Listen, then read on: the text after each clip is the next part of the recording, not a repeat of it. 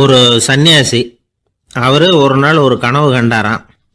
அந்த கனவில் அவர் சொர்க்கத்துக்கு போகிறார். அங்கே ஒரு பெரிய திருவிழா நடந்துக்கிட்டு இருக்குது. எங்கே பார்த்தாலும் அலங்கார வளைவுகள், வண்ணமயமான விளக்குகள், பாதைகள் பூரா மலர்கள், எல்லா கட்டடங்களும் ஒளிமயம். அவ்வளவு கோலாகலமாக பிரம்மாண்டமாக அந்த திருவிழா நடந்துக்கிட்டு இருக்குது. அது என்ன திருவிழாங்கிறது இந்த சன்னியாசிக்கு புரியல. அங்கே எதிரில் வந்துக்கிட்டு இருந்த ஒருத்தரை நிறுத்தி, என்ன விசேஷம் இங்கே அப்படின்னு விசாரிச்சாராம். உனக்கு தெரியாத விஷயம், இன்னைக்கு இறைவனுக்கு பிறந்த நாள், அதை தான் எல்லாரும் சேர்ந்து கொண்டாடுறோம். இதுக்காக பிரம்மாண்டமான ஊர்வலம் ஒன்று வரப்போகுது. இறைவனே அந்த ஊர்வலத்தில் கலந்துக்கிறார் அப்படின்னார் அவர். உடனே அந்த சன்னியாசி ஒரு மரத்து நிழலில் ஒதுங்கி நின்றுக்கிட்டார். ஊர்வலம் வந்துக்கிட்டு இருக்குது. முதல்ல ஒரு குதிரை வந்துக்கிட்டு இருக்கு. அது மேலே ஒருத்தர் உட்காந்துருக்கிறார். அவருக்கு பின்னாடி நிறைய பேர் கூட்டமாக வந்துக்கிட்டு இருக்கிறாங்க. இவ்வளவு கூட்டம் இவர் பின்னாடி வருதே, யார் இவர் அப்படின்னு கேட்டார். ஒரு மதத்தின் பெயரை சொல்லி, இவர் அந்த மதத்தின் தலைவர், அவரை பின்பற்றுகிற மக்கள் கூட்டம் பின்னாடி வந்துக்கிட்டு இருக்குது அப்படின்னு விவரம் சொல்லியிருக்கிறாங்க. இவங்களுக்கு அடுத்தபடியாக இன்னொரு குதிரையில் ஒருத்தர் வந்துக்கிட்டு இருக்கிறார். அவருக்கு பின்னாடி ஏகப்பட்ட கூட்டம். இவர் யாருங்க அப்படின்னு கேட்டிருக்கார் சன்னியாசி.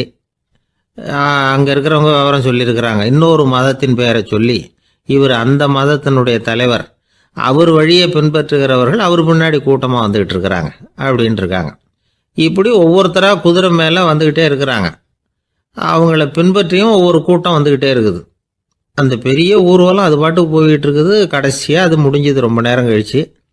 அதுக்கப்புறம் கொஞ்சம் நேரம் கழித்து ஒரு வயசான ஆள் குதிரை மேலே வந்துக்கிட்டு இருக்கிறார். ஆனால் அவருக்கு பின்னாடி யாருமே இல்லை. அவர் பரிதாபமாக தனியாக வந்துக்கிட்டு இருக்கிறார். அவர் அந்த ஊர்வலத்தை சேர்ந்தவரா இல்லையாங்கிறதே தெரியல. இவர் யார், இவர் ஏன் இப்படி தனியாக வந்துக்கிட்டு இருக்கிறார் அப்படின்னு கேட்டிருக்கார் அந்த சன்னியாசி. என்னது இப்படி கேட்குறீங்க? இவர் தான் கடவுள். இவருக்காக தான் இன்னைக்கு இந்த ஊர்வலமே நடக்குது. இவருக்கு தான் இன்னைக்கு பிறந்த நாள். முன்னாடி போகிற ஊர்வலம் பூரா இவருடைய பிறந்த நாளை கொண்டாடுறதுக்காக தான் அப்படின்ட்டுருக்காங்க. இதை கேட்டதும் அந்த சன்னியாசிக்கு திடுக்குன்னு தூக்கி போட்டிருக்கு. இது வரைக்கும் கனவு கண்டுகிட்டு இருந்தவர் முடிச்சுக்கிட்டார். அதுக்கப்புறம் தான் யோசித்து பார்த்துருக்கார். உண்மைதான், மக்கள் எல்லாரும் பக்தி மார்க்கத்தில் போகிறதா நினச்சிக்கிட்டு பாதை மாறி போய்கிட்டு இருக்கிறாங்க. கடவுளை பின்பற்றுவதாக நினைக்கிறாங்க பக்தர்கள். ஆனால் கடவுளுக்கு பின்னாடி யாருமே இல்லை. இன்னமும் இயல்பாக இதை பற்றி யோசித்து பார்த்தா, உண்மைக்கு பின்னாடி தான் நான் போய்கிட்டு இருக்கேன் அப்படின்னு நிறைய பேர் சொல்கிறாங்க. ஆனால் அந்த உண்மை அனாதையாக போய்கிட்டு இருக்குது. அப்படி ஆயிட்டுது உலகம். இந்த காலத்துலேயும் ஒரு ஊர்வலம், ஒரு பெரிய மனுஷருக்கு பிறந்த நாள் விழா. அவர் குதிரை மேலே ஏறி முன்னாடி போய்கிட்டு இருக்கிறார். அவருக்கு பின்னாடி ஒரு 100 பேர் தொண்டர்கள் அவங்க பாட்டுக்கு போகிறாங்க. எல்லாம் பணம் கொடுத்து ஏற்பாடு பண்ணவங்க. எல்லாம் பணம் வாங்கிட்டு பின்னாடி போயிட்டு இருக்கிறாங்க. கொஞ்சம் தூரம் நடந்ததும் கால் வலிக்க ஆரம்பிச்சுட்டுது. ஒவ்வொருத்தரும் அப்படியே ஒதுங்க ஆரம்பிச்சிட்டாங்க. அதான் முன்னாடியே பணம் கிடைச்சிட்டுதே, இனிமேல் ஒதுங்கினா என்னன்னு ஒதுங்கிட்டாங்க. ஒரு கட்டத்தில் குதிரையில் போகிறவர் தற்செயலாக திரும்பி பார்க்குறாரு. பின்னாடி யாருமே இல்லை. எல்லாரும் ஓடி போயிட்டாங்க. ஒரே ஒரு ஆள் மட்டும் ரொம்ப விசுவாசமாக பின்னாடி நடந்து வந்துக்கிட்டு இருந்தான். ஏன்ப்பா நீ மட்டும் வந்துக்கிட்டு இருக்கிறியே, நீ வீட்டுக்கு போகலையான்னு கேட்டிருக்காரு அவர். நீங்கள் அந்த குதிரையையும் அதுக்குள்ள வாடகை பணத்தையும் கொடுத்துட்டீங்கன்னா நானும் போயிடுவேன் அப்படின்னு நானாம் இந்த ஆள்.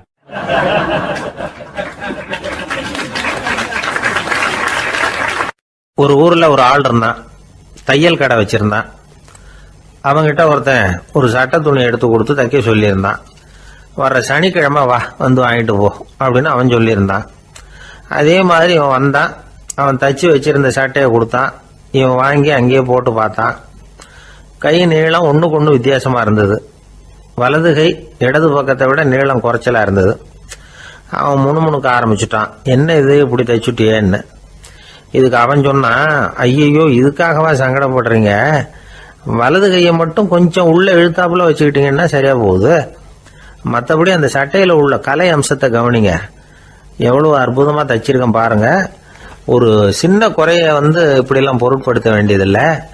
நான் சொன்னது மாதிரி கையை கொஞ்சம் உள்ள இழுத்தது மாதிரி வச்சுக்கிட்டு நடந்து போங்க, ஜோராக இருக்கும் அப்படின்னா. அவனும் யோசிச்சு பார்த்தான். சரியான யோசனையாக தான் தோணுச்சு. கொஞ்சம் முயற்சி பண்ணி வலது கையை கொஞ்சம் உள்ள இழுத்து சட்டை சரியாக இருக்கிறது மாதிரி பண்ணிக்கிட்டான். இப்போ மறுபடியும் ஒரு பிரச்சனை. வலது கையை உள்ள இழுத்த மாதிரி அப்படியே வச்சுக்கிட்டதும் முதுகு பக்கம் கொஞ்சம் துணி தளர்த்தியாக தொங்குறது மாதிரி தெரிஞ்சுது. என்ன இது, முதுகு பக்கம் துணி குவிஞ்சுட்டுதே, தொங்குதே அப்படின்னா மறுபடியும் அடடா, இதுக்காகவா கவலைப்படுறீங்க?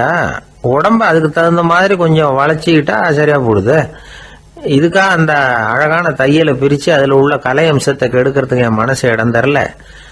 எவ்வளவுக்கு தளர்த்தியா இருக்கோ அவ்வளவுக்கு கொஞ்சம் உடம்ப வளைச்சி அப்படி குனிஞ்சது மாதிரி போங்க போதும் அப்படின்னா. அதுவும் நல்ல யோசனையாக தான் பட்டுது இவனுக்கு. சரின்னு சொல்லிவிட்டு புறப்பட்டான். தெருவில் இறங்கினான். கையை கொஞ்சம் உள்ளே இழுத்தான். உடம்ப கொஞ்சம் முன்னால் வளைச்சான். சட்டைக்கு தகுந்த மாதிரி உடம்ப பண்ணிக்கிட்டான். மெதுவாக நடந்து போகிறான். இப்போ எதிரில் இன்னொருத்தன் வரான். இவனை பார்க்குறான். இவன் போட்டிருக்கிற சட்டையை பார்க்குறான். ஆஹா அற்புதம்ங்கிறான். சும்மா சொல்லக்கூடாது, ரொம்ப நல்லா இருக்கு. நிச்சயமா இது இந்த ஊர் மேல தெருவில் இருக்கிற ஒருத்தன் இருக்கானே, அவன் தைச்சதா தான் இருக்கணும் அப்படின்னா. இதை கேட்டதும் அவனுக்கு ஆச்சரியம். எப்படி அவ்வளவு கரெக்டா கண்டுபிடிச்சிங்க அப்படின்னு கேட்டிருக்கான். இதுக்கு அந்த வழிபோக்கன்னு சொன்னானா, அவன் ரொம்ப கெட்டிக்காரன். உங்களை மாதிரி உடம்பும் கையும் வளைஞ்சு போன ஒரு ஆசாமிக்கு அவனை தவிர வேற யாராலேயும் இவ்வளவு பொருத்தமான ஒரு சட்டையை தைக்க முடியாது அப்படின்னானா. பாருங்க, அவனுக்காக இவன் அனுசரிக்க போய் இவனோட நிலைமை எப்படி ஆயிடுது பாருங்க. இதே மாதிரி தான் சில சடங்குகளும் சம்பிரதாயங்களும் நம்மளை கோமாளி ஆக்கி விட்டுரும். எதுவா இருந்தாலும் அதுல அறிவுபூர்வமான அணுகுமுறை அவசியம். ஒரு நர்ஸ் அவசரமா ஓடி டாக்டர் கிட்ட சொல்லிச்சான், டாக்டர் ஒரு தப்பு நடந்து போச்சு. 10ஆம் நம்பர் பெட்ல இருக்கிற பேஷண்ட்டுக்கு காலில் ஆபரேஷன் பண்றதுக்கு பதிலாக கையில் ஆபரேஷன் பண்ணி விட்டீங்க. கை ஆபரேஷன் பண்ணிக்க வேண்டிய ஆள் 7ஆம் நம்பர் பெட்ல இருக்கார் அப்படின்னு தான். அதுக்கு ஒரு பதட்டப்படாம சொன்னாராம், பரவாயில்ல இவரை தூக்கி 7ஆம் நம்பர் பெட்ல போட்டுரு அப்படின்னாராம்.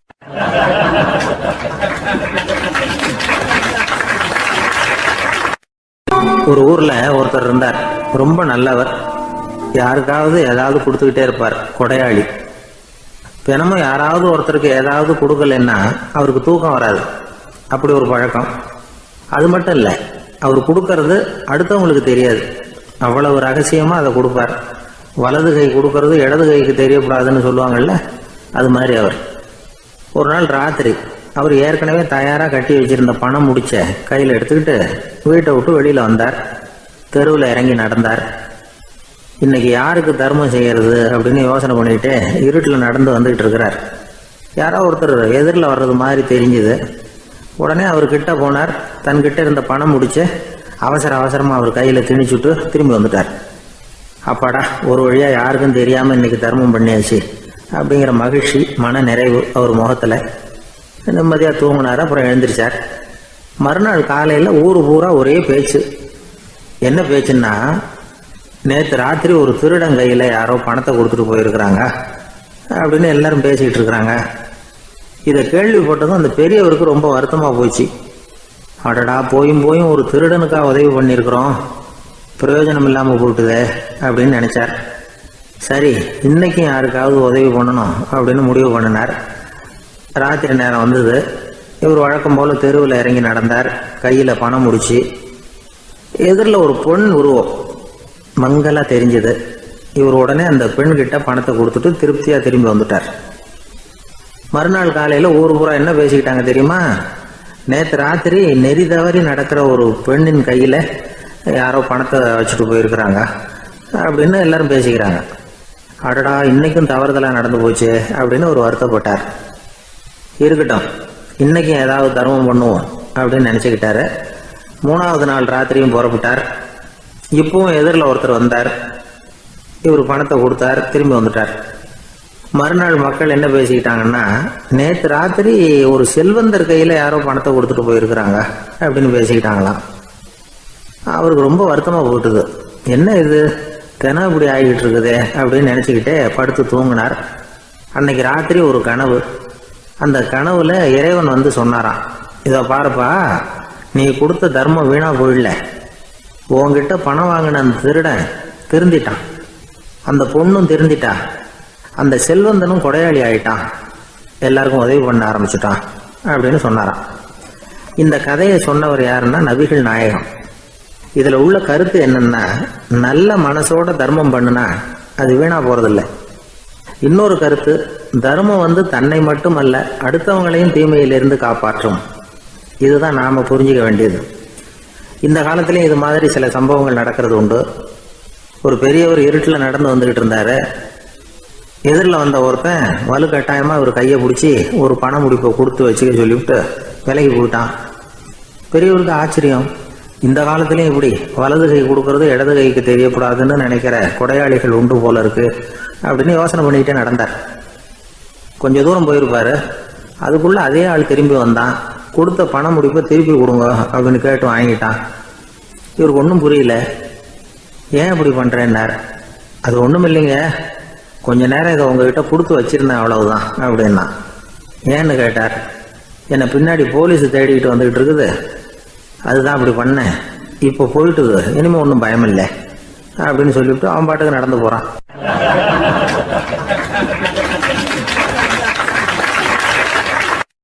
தான் மட்டும் வாழ்ந்தா போதும் அப்படின்னு நினைக்கிறவங்க உண்டு. தானும் வாழணும், அடுத்தவங்களும் வாழணும் அப்படின்னு நினைக்கிறவங்களும் உண்டு. முதல்ல சொன்ன வகையை சேர்ந்த மனிதர்கள் எப்படி தெரியுமா? எப்படியாவது தான் மட்டும் வாழ்ந்தால் போதுங்கிற நினைப்பு தான் எப்பவும் அவங்களுக்கு இருக்கும். தங்களுடைய வளர்ச்சிக்கு எது தடையா இருந்தாலும் சரி, யார் தடையா இருந்தாலும் சரி, அதை அழிச்சுட்டு தான் மறுவேலை பார்ப்பாங்க. அவங்கெல்லாம் பாவ காரியங்களுக்கு தயங்குறதே இல்லை. அப்படிப்பட்ட வாழ்க்கை அவங்களுக்கே இடைஞ்சல அமைஞ்சு விடுறது உண்டு. அதை விளக்கறதுக்கு ஒரு கதையும் உண்டு. ஒரு ஊர்ல அப்படிப்பட்ட ஆள் ஒருத்தன் இருந்திருக்கான். நிறைய பாவங்களை செஞ்சவன். அதன் காரணமா நரகப்படுகொழியில விழுந்துட்டான். நரகப்படுகொழிங்கிறது ஒரு பெரிய கிணறு மாதிரி. ஏற்கனவே பாவம் செஞ்சவங்க நிறைய பேர் அதில் விழுந்து கிடக்குறாங்க. உள்ள ஏகப்பட்ட சத்தம், எல்லாம் அந்த பாவாத்மாக்கள் போடுற சத்தம். இப்போ விழுந்தானே இவனும் சத்தம் போட்டான். இவன் போடுற சத்தம் கொஞ்சம் அதிகமா கேட்டுது. இந்த கிணத்துக்கு பக்கத்துல புத்தர் உட்கார்ந்துருக்கிறார். அவர் காதுல இவன் போடுற சத்தம் விழுந்தது. உடனே அந்த கிணத்தடிக்கு போனார். குனிஞ்சு பார்த்தார். சாமி என்னை காப்பாத்துங்க அப்படின்னு கத்தனான் இவன். புத்தர் அவனை கொஞ்சம் கவனிச்சு பார்த்தார். மனித சமுதாயத்துக்கு அவன் என்னென்ன கெடுதல் பண்ணியிருக்கிறாங்கிற விவரம்லாம் அவர் மனக்கண்ணில் தெரிஞ்சது. அவருக்கு எல்லாம் புரிஞ்சு போச்சு. இருந்தாலும் அவனை காப்பாத்துறதுக்கு ஏதாவது வழி உண்டா அப்படின்னு யோசிச்சார். அவன் தன்னுடைய வாழ்நாளில் ஏதாவது நல்லது செஞ்சிருக்கானா அப்படின்னு பார்த்தார். ஒரே ஒரு சமயம் அவன் தன்னுடைய காலடியில மிதிபட இருந்த சிலந்தியை மிதிக்காமல் தாண்டி போயிருக்கிறான். இந்த ஒரு காரியத்துக்காக அவனை கரையேற்ற முடியுமா அப்படின்னு நினைச்சார். அவ்வளவுதான். உடனே அவர் கையில ஒரு சிலந்தி வந்து உட்கார்ந்துதான். அதுகிட்ட இருந்து நூல் இழை வெளிவர ஆரம்பிச்சது. அந்த நூல் இழை கிணற்று ஆழம் வரைக்கும் அப்படியே நீண்டுகிட்டே போச்சான். புத்தர் பார்த்தார். இந்த நூலை பிடிச்சிக்கிட்டு மேலே ஏறி வா அப்படின்னார். என்னங்க சொல்றீங்க, இந்த சிலந்தி நூல் என்ன தாங்குமான்னு கத்தனான். எல்லாம் தாங்கும், அதை பிடிச்சிக்கிட்டு ஏறி வா அப்படின்னார். சந்தேகத்தோடவே அவன் அந்த நூல் இழைய பிடிச்சி இழுத்து பார்த்தா ரொம்ப வலுவா இருந்தது. அவனுக்கு ஆச்சரியம். அதை பிடிச்சிக்கிட்டே மெதுவா மேலே ஏறி வர ஆரம்பிச்சுட்டான். பாதி தூரம் ஏறி வந்திருப்பான். அப்போ அவன் காலுக்கு கீழே ஏதோ சத்தம். என்னன்னு குனிஞ்சு பார்க்கறான். கீழே கிடந்தவங்க சில பேரும் அந்த நூலை பிடிச்சி மேலே வந்துகிட்டு இருக்கிறாங்க. இவனுக்கு கோபம் வந்துட்டுது. தன்னுடைய இடுப்புல வச்சிருந்த கத்தியை எடுத்து தன்னுடைய காலுக்கு கீழே நூல் இழையை அப்படியே வெட்டி விட்டுட்டான். இனிமே நாம மட்டும்தான் மேலே ஏறி வந்துடணும் அப்படின்னு நினைச்சுக்கிட்டான். ஆனா நடந்தது என்ன தெரியுமா? மொத்த நூல் இழையும் அப்படியே அருந்து கீழே விழுந்துட்டுது. அவனும் பொத்துன்னு கீழே விழுந்துட்டான். மறுபடியும் கத்த ஆரம்பிச்சுட்டான். ஏற்கனவே அவன் செஞ்சிருந்த ஒரு சிறு கருணை அந்த நூல் இழைக்கு உறுதியை கொடுத்தது. இப்போ அவன் செஞ்ச பாவம் அந்த நூல் இழைய வலுவிழக்க செஞ்சுட்டுது. அடுத்தவங்களும் வாழணுங்கிற எண்ணம் அவனுக்கு இருந்திருந்தா இப்போ அவனும் கரையேறி வந்திருப்பான், மற்றவங்களும் சௌக்கியமா வந்து சேர்ந்திருப்பாங்க. அதனால நாமும் வாழணும், அடுத்தவங்களும் வாழணும் அப்படின்னு நினைக்கிறவன் வாழ்க்கையில சீக்கிரம் முன்னுக்கு வந்துடுவான். ஒருத்தன் ஒரு டாக்டர் கிட்ட போனான். மருந்து வாங்கினான். வாங்கி கொண்டாந்து பேசாம வச்சுட்டான், சாப்பிடல. அப்புறம் எதுக்காகப்பா போய் அவர்கிட்ட மருந்து வாங்கினேன் அப்படின்னு கேட்டாங்க. டாக்டர் வாழணும் இல்லையா, அதனாலதான் அப்படின்னா. அவர் கொடுத்த மருந்தை நீ ஏன் சாப்பிடல அப்புறம் அப்படின்னு கேட்டாங்க. நான் வாழணும் இல்லையா, அதுக்காக தான் அப்படின்னா.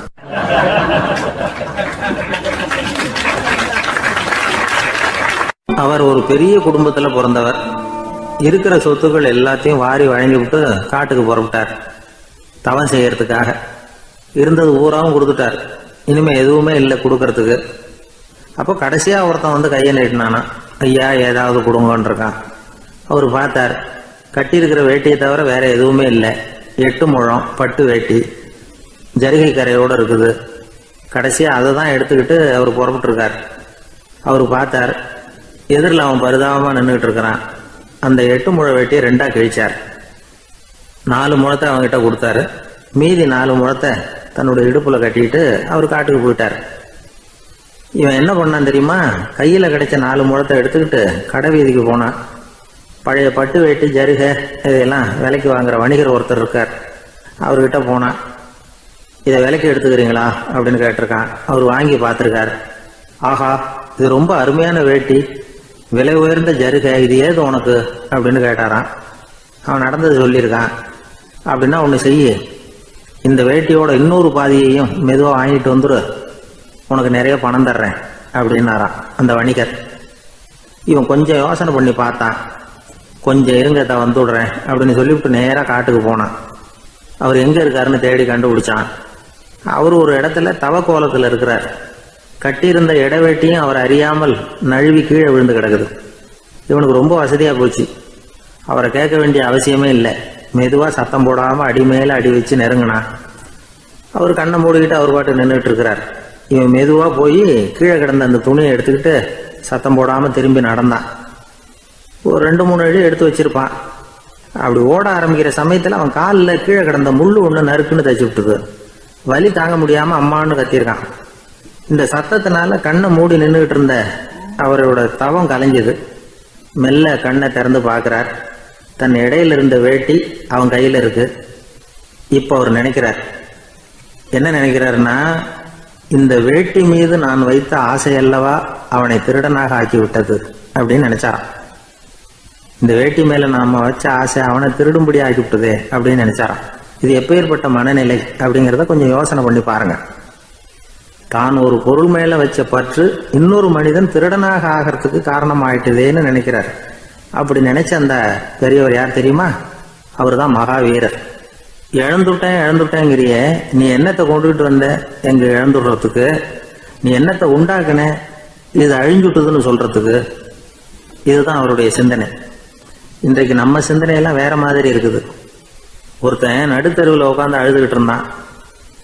அந்த வழியா வந்தவர் ஒருத்தர், ஏன்பா அழறேன்னு கேட்டாராம். 5 ரூபா சார், இந்த இடத்துல விழுந்துட்டுது, ரொம்ப நேரமா தேடுறேன், கிடைக்காது போல இருக்கு அப்படின்னு சொல்லிவிட்டு அழறான். எப்போ தொலைஞ்சதுன்னு கேட்டாராம் அவரு. அது எனக்கு தெரியாது சார், பணத்தை தொலைச்சவன் தேடி பார்த்துட்டு போயிட்டான், நான் அவனுக்கு பின்னாடி தேட வந்தவன் அப்படின்னு நானா இவன்.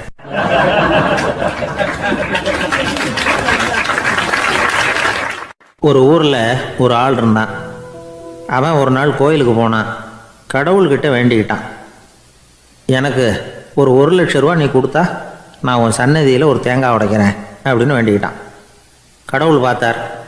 உடனே அவன் கண் முன்னாடி தோன்றினார். இந்தா நீ கேட்ட 1,00,000 ரூபாய் அப்படின்னு சொல்லி அவன் கையில் பணத்தை கொடுத்துட்டு மறைஞ்சிட்டார். இவனால் நம்பவே முடியல. இவ்வளவு சுலபமாக கிடைக்கும்னு தெரிஞ்சிருந்தா அனாவசியமாக ஒரு தேங்காய் உடைக்கிறேன்னு வேண்டியிருக்க வேண்டியது இல்லையே அப்படின்னு நினச்சான். இருந்தாலும் வேண்டுதலை நிறைவேற்ற வேண்டியது கடமை. அதுக்காக என்ன பண்ணால், பக்கத்தில் ஒரு கடைக்கு போனான். ஒரு தேங்காயை கையில் எடுத்தான். இது என்ன விலைன்னு கேட்டான். 5 ரூபான்னார் கடையில் இருந்தவர். அதிகமாக இருக்குதே விலைன்னா. அப்படின்னா ஒன்று செய்யுங்க, அடுத்த ஊருக்கு போங்க, அங்கே தென்னந்தோப்பு அதிகம், அதனால் அங்கே இதை விட குறைஞ்ச விலைக்கு கிடைக்கும் அப்படின்னார். சரின்னு அடுத்த ஊருக்கு கிளம்புனான். அங்கே போய் விசாரித்தான். ஒரு தேங்காய் 3 ரூபாய் விலைன்னாங்க. இதுவும் அதிகமாக தெரியுதேன்னா. அப்படின்னா ஒன்று செய்ய, அதோ அந்த ஆற்று ஓரமாக ஒரு தென்னை மரம் இருக்கு பார், அதில் நீயே ஏறி பறிச்சுக்கோ, ஒரு தேங்காய்க்கு 1 ரூபா கொடுத்தா போதும் அப்படின்னார் அந்த தோப்புக்கு சொந்தக்காரர். இவனுக்கு மரம் ஏற தெரியாது, இருந்தாலும் ஆசை யார விட்டுது, விலை சல்லிசாக இருக்குதே. ஆற்று ஓரம் போனால் தட்டு தடுமாறி அந்த மரத்தில் ஏறினா அந்த தென்னை மரம் வளைஞ்சி ஆற்று பக்கம் போய் அப்புறம் நிமிர்ந்து இருந்தது. அதாவது மரத்தின் உச்சி சரியாக ஆற்றுக்கு நடுவில் இருந்தது. ஆற்றுல வெள்ளம் கரை புரண்டு ஓடிக்கிட்டு இருக்கு. இவன் கடவுள் கொடுத்த 1,00,000 ரூபாயை மடியில் வச்சு இறுக்கி கட்டிக்கிட்டான். உச்சிக்கு போய் காய் பறிக்கிற சமயத்தில் காற்றும் மழையும் பலமாக கலந்து அடிக்க ஆரம்பிச்சுட்டுது. கால் வழுக்கி விட்டுட்டுது. இவன் சடார்னு ஒரு தென்னை மட்டையை பிடிச்சிக்கிட்டு தொங்க ஆரம்பிச்சிட்டான். கீழே பயங்கரமான வெள்ளம், மடியில் 1,00,000 ரூபா பணம், என்ன செய்கிறதுன்னு தவிக்கிறான். இந்த சமயம் கரையில் ஒரு யானை பாகன் யானையை குளிப்பாட்டிக்கிட்டு இருக்கிறான். அது அவன் கண்ணில் பட்டுது. ஐயா ஒரு உதவின்னு கத்துனான். அவன் என்ன செய்யணும்னு கேட்டான். உன் யானையை மெதுவாக இங்கே அழைச்சிட்டு வா, எனக்கு நேராக கீழே நிறுத்து, என் காலை பிடிச்சி மெதுவாக கீழே இறக்கி விட்டுரு, என் மடியில் இருக்கிற பணத்தில் உனக்கு 10,000 ரூபா தரேன் அப்படின்னா. அவன் பார்த்தான், காலை கையை பிடிச்சா கூட எவனும் இந்த காலத்தில் 10 ரூபாய்க்கு மேலே தரமாட்டேங்கிறான், இவன் காலை பிடிச்சா 10,000 தர்றேங்கிறான் அப்படின்னு யோசனை பண்ணால் உடனே யானையை கொண்டுட்டு போனான். அவனுக்கு நேராக கீழே நிறுத்தினான். அவன் காலை பிடிச்சான், அவ்வளவுதான். அந்த நேரம் பார்த்து யானை மெதுவாக நடந்து அப்பால் போட்டுது. இப்போ யானை பாகன் அவன் காலை கெட்டியாக பிடிச்சிக்கிட்டு தூங்குறான். பரிதாபமாக மேலே பார்க்குறான், அவன் மட்டையை பிடிச்சிக்கிட்டு தூங்குறான். இப்போ யானை பாகன் சொல்கிறான், தம்பி மட்டையை விட்டுறாத, கெட்டியாக பிடிச்சிக்கோ, நான் உனக்கு 10,000 ரூபா தரேன், இதோ மடியில் தான் வச்சுருக்கேன்னா. மேலே தொங்குறவனுக்கு இந்த நிலைமையிலேயும் ஒரு சந்தோஷம், மேற்கொண்டு ஒரு 10,000 ரூபா நமக்கு கிடைக்கும் போல இருக்கே அப்படின்னு. இந்த சமயத்தில் ஒருத்தன் ஒட்டகத்தை ஓட்டிகிட்டு வந்தான் அந்த பக்கமாக குளிப்பாட்டுறதுக்கு. யானை பாகம் பார்த்துட்டான், ஐயா ஒட்டகக்காரரே, அதை இங்கே கொண்டுட்டு வா, எங்கள் காலை பிடிச்சி பத்திரமா இறக்கி விடு, நாங்கள் பணம் கொடுக்குறோம்னா. அவனும் பணத்துக்கு ஆசைப்பட்டு வந்தான். அவன் காலை பிடிக்கிற சமயம் ஒட்டகமும் நழுவி போட்டுது. இப்போ 3 பேருமே வரிசையாக தொங்குறாங்க. ஒட்டகக்காரன் கத்துறான், தம்பி மட்டையை விட்டுறாத, கெட்டியாக பிடிச்சிக்கோ, நான் என் மடியில் இருக்கிற 5,000 உனக்கு தந்துடுறேன்னா. மேலே தொங்குறவனுக்கு இன்னமும் சந்தோஷம், இவனும் பணம் தர்றேங்கிறான் அப்படின்னா இன்றைக்கி நமக்கு மொத்த பண வரவு எவ்வளவு அப்படின்னு ஒவ்வொன்றா கூட்டி பார்க்க ஆரம்பித்தான். மனக்கணக்கு சரியாக வரல, அதனால் அப்படியே விரலை விட்டு எண்ண ஆரம்பித்தான். அவ்வளவுதான், மட்டையை விட்டுட்டு கை நழுவி வந்துட்டுது. 3 பேரும் பொத்துன்னு ஆற்றுல விழுந்தாங்க. படாத பாடுபட்டு தட்டு தடுமாறி கரைக்கு வந்து சேர்ந்தாங்க. 3 பேர் மடியில் இருந்த பணமும் ஆற்றோட போட்டுது. பேராசை பெருநஷ்டம் அப்படின்னு ஒரு பழமொழி இருக்குல்ல, அதை விளக்கறதுக்காக சொல்லப்பட்ட கதை இது. இந்த காலத்தில் ஒருத்தர் ஒரு நீச்சல் குளத்தில் நீச்சல் அடிச்சுக்கிட்டு இருக்கிறார். காவலுக்கு இருந்தவர் அதை கவனிச்சுட்டார். கரையிலேருந்து சத்தம் போட்டாராம், இதோ பாருங்க, இங்கே ராத்திரி 8 மணிக்கு மேலே நீச்சல் அடிக்கிறது சட்டப்படி குற்றம், அதுக்கு அனுமதி கிடையாது, தெரியாதா உங்களுக்கு அப்படின்னாராம். இதுக்கு அவர், ஐயோ நான் நீச்சல் அடிக்க வந்தவன் இல்லைங்க, சும்மா சுற்றி பார்க்க வந்தவன், தடுமாறி குளத்தில் விழுந்துட்டேன், நீச்சல் தெரியாது, அதனால் தத்தளிச்சுக்கிட்டு இருக்கிறேன் அப்படின்னு கத்துனாராம். கரையில் இருந்தவர் பார்த்தார், ஓ அப்படின்னா சரி, அதுக்கு ஒன்றும் தடை இல்லை அப்படின்னு சொல்லிவிட்டு அவர் பாட்டு நடந்து போயிட்டாராம்.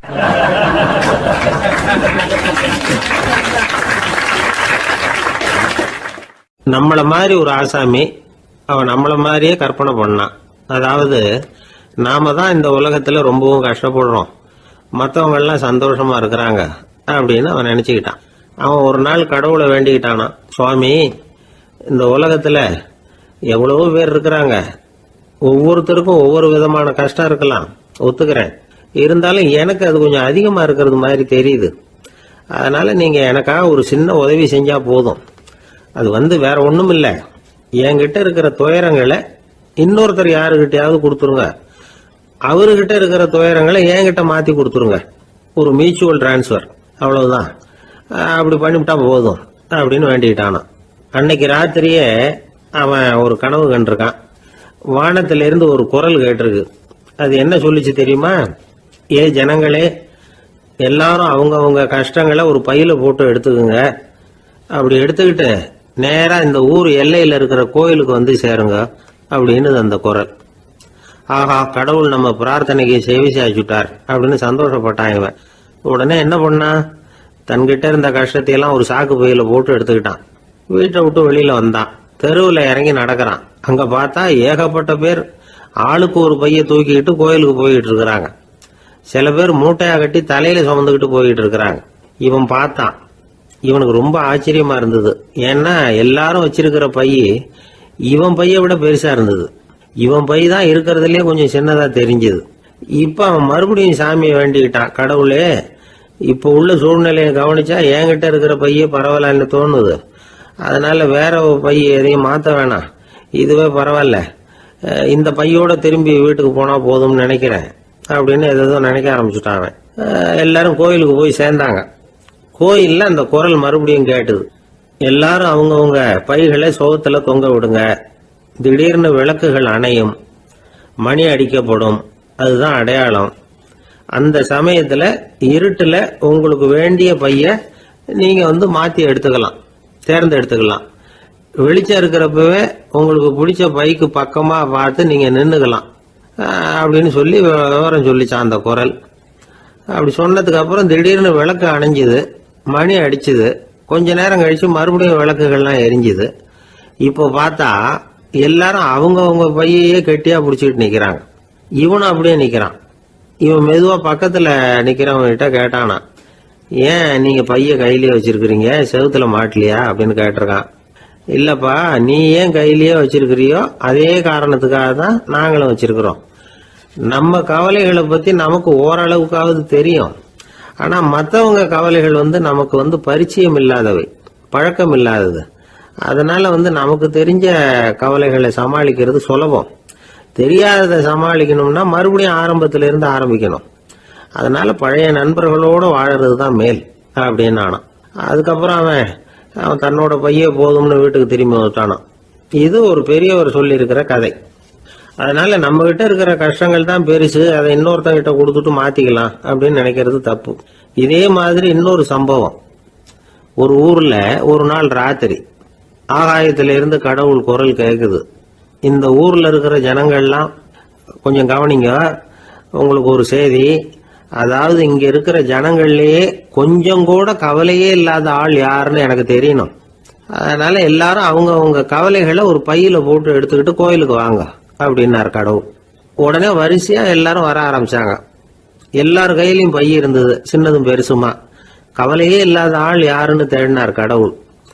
ஒரே ஒரு ஆள் மட்டும் கையில எதுவும் இல்லாம வெறும் கையை வீசிக்கிட்டு ரொம்ப ஜாலியா நடந்து வந்துகிட்டு இருந்தான். கடவுள் அவங்ககிட்ட போனார். ஏப்பா, உனக்கு கவலையே இல்லையா அப்படின்னு கேட்டார். எனக்கும் சில கவலைகள்லாம் உண்டு அப்படின்னு அவன். எங்க அதெல்லாம்னு கேட்டிருக்காரு கடவுள். பின்னாடி லாரியில வந்துகிட்டு இருக்கு அப்படின்னு அவன்.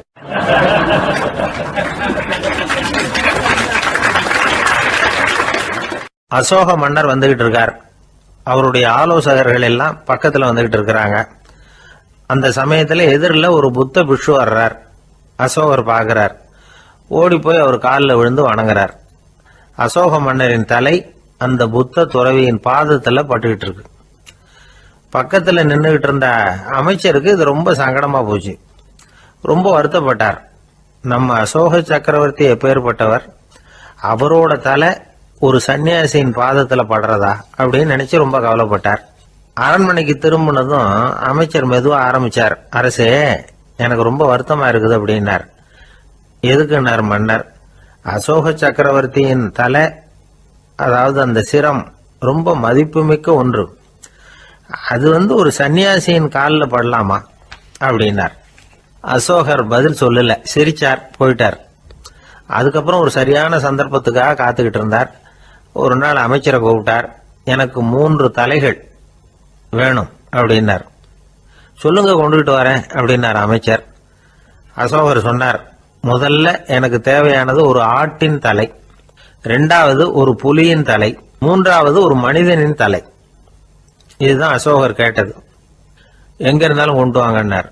அமைச்சர் புறப்பட்டார். ஆட்டுத்தலை, புலித்தலை கிடைச்சிட்டுது. அப்புறமா ஒரு சுடுகாட்டுக்கு போய் ஒரு மனித தலையும் சேகரம் பண்ணிட்டு ராஜா கிட்ட வந்துட்டார். அரசே, உங்கள் ஆணைப்படி 3 தலைகளையும் கொண்டு வந்திருக்கிறேன்னார். அசோகர் பார்த்தார். ரொம்ப நல்லது, இப்ப இது 3ஐயும் எடுத்துக்கிட்டு போய் சந்தையில வித்துட்டு வாங்க அப்படின்னார். அமைச்சர் அதுகளை எடுத்துக்கிட்டு சந்தைக்கு போனார். முதல்ல ஆட்டுத்தலை நல்ல விலைக்கு வித்து போச்சு. நல்ல விலை கொடுத்து வாங்கிட்டு போட்டாங்க. அடுத்தபடியா புலி தலைய ஒருத்தர் வாங்கிட்டார். அதை பாடம் பண்ணி வீட்டுல மாட்டி வைக்கலாமே அப்படின்னு நினைச்சு அதையும் வாங்கிட்டு போட்டார். மனித தலையை மட்டும் வாங்கறதுக்கு யாரும் முன் வரல. எல்லாரும் அதை பார்த்துட்டு விலைக்கு போக ஆரம்பிச்சாங்க. அமைச்சர் திரும்பி வந்தார். அரசே, இந்த தலையை மட்டும் யாரும் வாங்க மாட்டேங்கிறாங்க அப்படின்னார். சரி, பரவாயில்ல, இதை இலவசமாவே எனாமாவே யாருக்கிட்டையாவது கொடுத்துட்டு வந்துருங்க அப்படின்னார். அமைச்சர் மறுபடியும் சந்தைக்கு போனார். இதை இலவசமா தரேன், இதை வாங்கிக்கோங்க அப்படின்னார். அப்பவும் அதை யாரும் வாங்கிக்கிறதுக்கு தயாரா இல்லை. மறுபடியும் திரும்பி மன்னர்கிட்ட விவரத்தை சொன்னார். இப்போ மன்னர் சொல்றார், அமைச்சரே, உயிர் இருக்கிற வரைக்கும் தான் இந்த தலைக்கு மதிப்பு. ஜீவன் போனதுக்கு அப்புறம் அதோட மதிப்பும் போயிடுது. அதனால மதிப்பு இருக்கும் பொழுதே பெரியவர்கள் பாதம் பணிந்து அந்த புனிதத்தை பெற்றுக்கொள்ளணும் அப்படின்னார். பணிவுங்கிறது வேற, அடிமைத்தனம்ங்கிறது வேற. பெரியவர்களை பணிவது நமக்கு பெருமை தரக்கூடிய விஷயம். இதை மனசுல வச்சுக்கிட்டு எப்போ காலில் விழணும், எப்போ காலில் விழக்கூடாது அப்படிங்கறத முடிவு பண்ணிக்கணும். ஒரு சாதாரண ஆள் நடந்து வந்துகிட்டு இருந்தார். எதிரில் வந்த ஒரு பெரிய மனுஷன் ஓடி போய் அவர் காலில் விழுந்து தன்னுடைய தலையை அவர் பாதத்துல கொண்டு போய் வச்சார். கொஞ்ச நேரம் கழிச்சு எழுந்திரிச்சு வந்துட்டார்.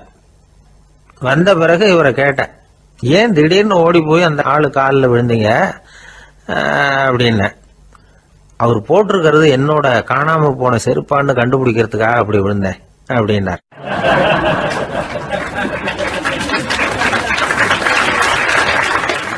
ஒரு காட்டுல ஒரு நரி இருந்தது.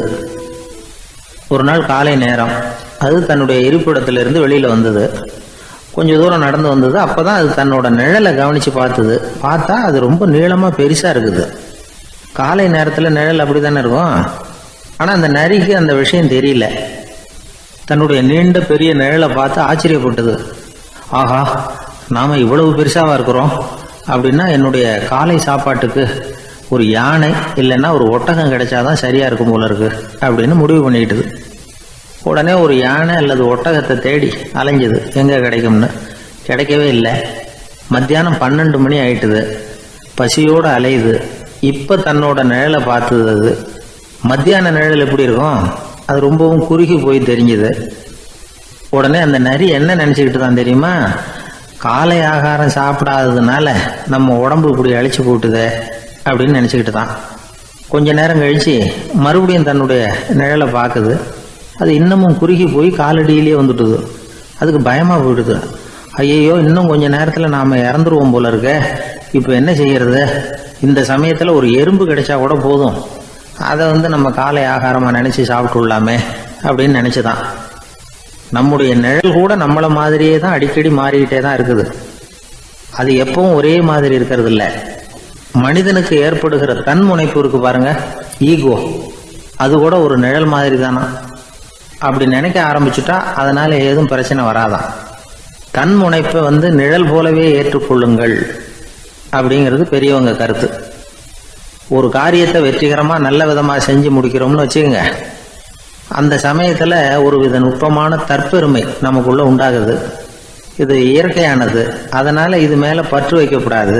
அப்படி வைக்க ஆரம்பிச்சுட்டா அந்த தற்பெருமை ஒரு நிரந்தர விருந்தாளியா நம்ம கிட்ட தங்கிக்கும். நம்ம நிழல் எப்படின்னு பாருங்க. நாம நடக்கும் பொழுது நம்ம பின்னாடியே வரும். தன்முனைப்பையும் அப்படியே நினைச்சுக்குங்க. நிழல் யாருக்கும் எந்த பிரச்சனையையும் உண்டாக்குறது இல்லை. ஆனா அந்த நிழலை கண்டே நாம பயப்பட ஆரம்பிச்சுட்டா நாம எதுலையும் வெற்றி காண முடியாது. நிழலோட சண்டை போடக்கூடாது. அது மாதிரி தன்முனைப்போடவும் நாம சண்டை போட வேண்டியதில்லை. இல்லாத ஒன்றோடு சண்டை போடுறது எப்படின்னா அது இருட்டோட சண்டை போடுறது மாதிரி. நாம நிழல் கிடையாது. நம்ம கிட்ட இருக்கிற தன்முனைப்பு ஒரு நிழல். நம்ம நிழலையும் நமக்கு சமமா பாக்குறோம் பாருங்க, அங்கதான் சிக்கலே ஆரம்பம். இப்போ நாம நடந்து போய்கிட்டு இருக்கிறோம். நம்ம நிழல் தரையில விழுது. யாரோ ஒருத்தர் நம்ம நிழல் மேல காலை வச்சு நடந்து போறார். உடனே அவர்கிட்ட சண்டைக்கா போறோம், ஏண்டா என் நிழலை மிதிச்ச அப்படின்னு. நமக்கு தெரியும் அது நிழல் தாங்கிறது. அவர் உங்க மேல நடக்கல, உங்களுடைய நிழல் மேலதான் நடக்கிறார். அது மாதிரி உங்க தன்முனைப்பின் மேல யாராவது நடந்தா உங்களை அவமானப்படுத்துறதா நினைக்கிறீங்க. காரணம், நாமளும் நம்ம தன்முனைப்பும் ஒண்ணுங்கிற நினைப்பு தான் காரணம். மற்றபடி வேற ஒண்ணும் கிடையாது. நம்ம நிழல் மேல நடக்கிறவர் நம்மளை காயப்படுத்துறது இல்லை. தன்முனைப்பு வேண்டாத ஒன்னாவும் பார்க்க வேண்டியதில்லை. அது இயற்கை. நிழலை உங்க முன்னாடி வைக்க வேணாம், அது உங்க பின்னாடியே இருக்கட்டும். நிழலின் நிழலாகி விடாதீர்கள், நீங்கள் நீங்களாகவே இருங்கள். இதுதான் சான்றோர் சிந்தனை. ஒரு பேருந்துல ஒரே நெரிசல். ஒருத்தர் பக்கத்துல நின்றுகிட்டு இருந்தவர்கிட்ட ரொம்ப பணிவா விசாரிச்சார், ஏன் சார் நீங்க ஏதாவது பெரிய உத்தியோகத்துல இருக்கிறீங்களா அப்படின்னார். அப்படிலாம் ஒண்ணும் இல்லைங்கன்னார் அவரு. அப்படின்னா வேற ஏதாவது அரசியல்ல பெரிய பதவியில் இருக்கிறீங்களா அப்படின்னு கேட்டார். அதுவும் இல்லைங்கன்னார். சரி, பணமாவது அதிகமா வச்சிருக்கீங்களா அப்படின்னு கேட்டார். அப்படிலாம் ஒன்றும் கிடையாது சார்னார் அவரு. அப்புறம் எதுக்குடா என் காலை மிதிச்சுக்கிட்டு இருக்கிற, எடுறா காலை அப்படின்னாராம் இவர்.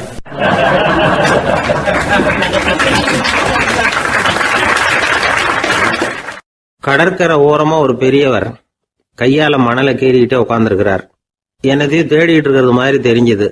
மெதுவா கிட்டத்துல போய் என்னத்தை தேடிட்டு இருக்கிறீங்க அப்படின்னு கேட்டோம். அவரு சாவகாசமா நிமிர்ந்து பார்த்து நிம்மதியை தேடிட்டு இருக்கிறேன்னார். நாங்க ஒரு மாதிரி ஆயிட்டோம். இருந்தாலும் சமாளிச்சுக்கிட்டு, சார் மணல்ல கிழிஞ்சல் தான் கிடைக்கும், நிம்மதி கிடைக்காது அப்படின்னோம். சரி, இன்னைக்கு வசமா நம்ம கிட்ட ஒரு ஆள் மாட்டிக்கிட்டார் அப்படின்னு நினைச்சு அவர் பக்கமா போய் உட்காந்துக்கிட்டு கதை சொல்ல ஆரம்பிச்சிட்டோம். ஒரு பெரிய மன்னர் இருந்தார். அவருக்கு எல்லா வசதியும் இருந்தது. இருந்தாலும் ஒரே ஒரு குறை. அது என்னன்னா நிம்மதி இல்லைங்கிற குறை. அரண்மனையில் தினமும் கலை நிகழ்ச்சி நாட்டியம் எல்லாம் நடந்துகிட்டு தான் இருந்தது. இருந்தாலும் நிம்மதி இல்லை. சரி, நிம்மதி எங்கே கிடைக்கும் அப்படின்னு தேட ஆரம்பித்தார். உடனே அதுக்கான முயற்சிகளில் தீவிரமாக இறங்கினார்.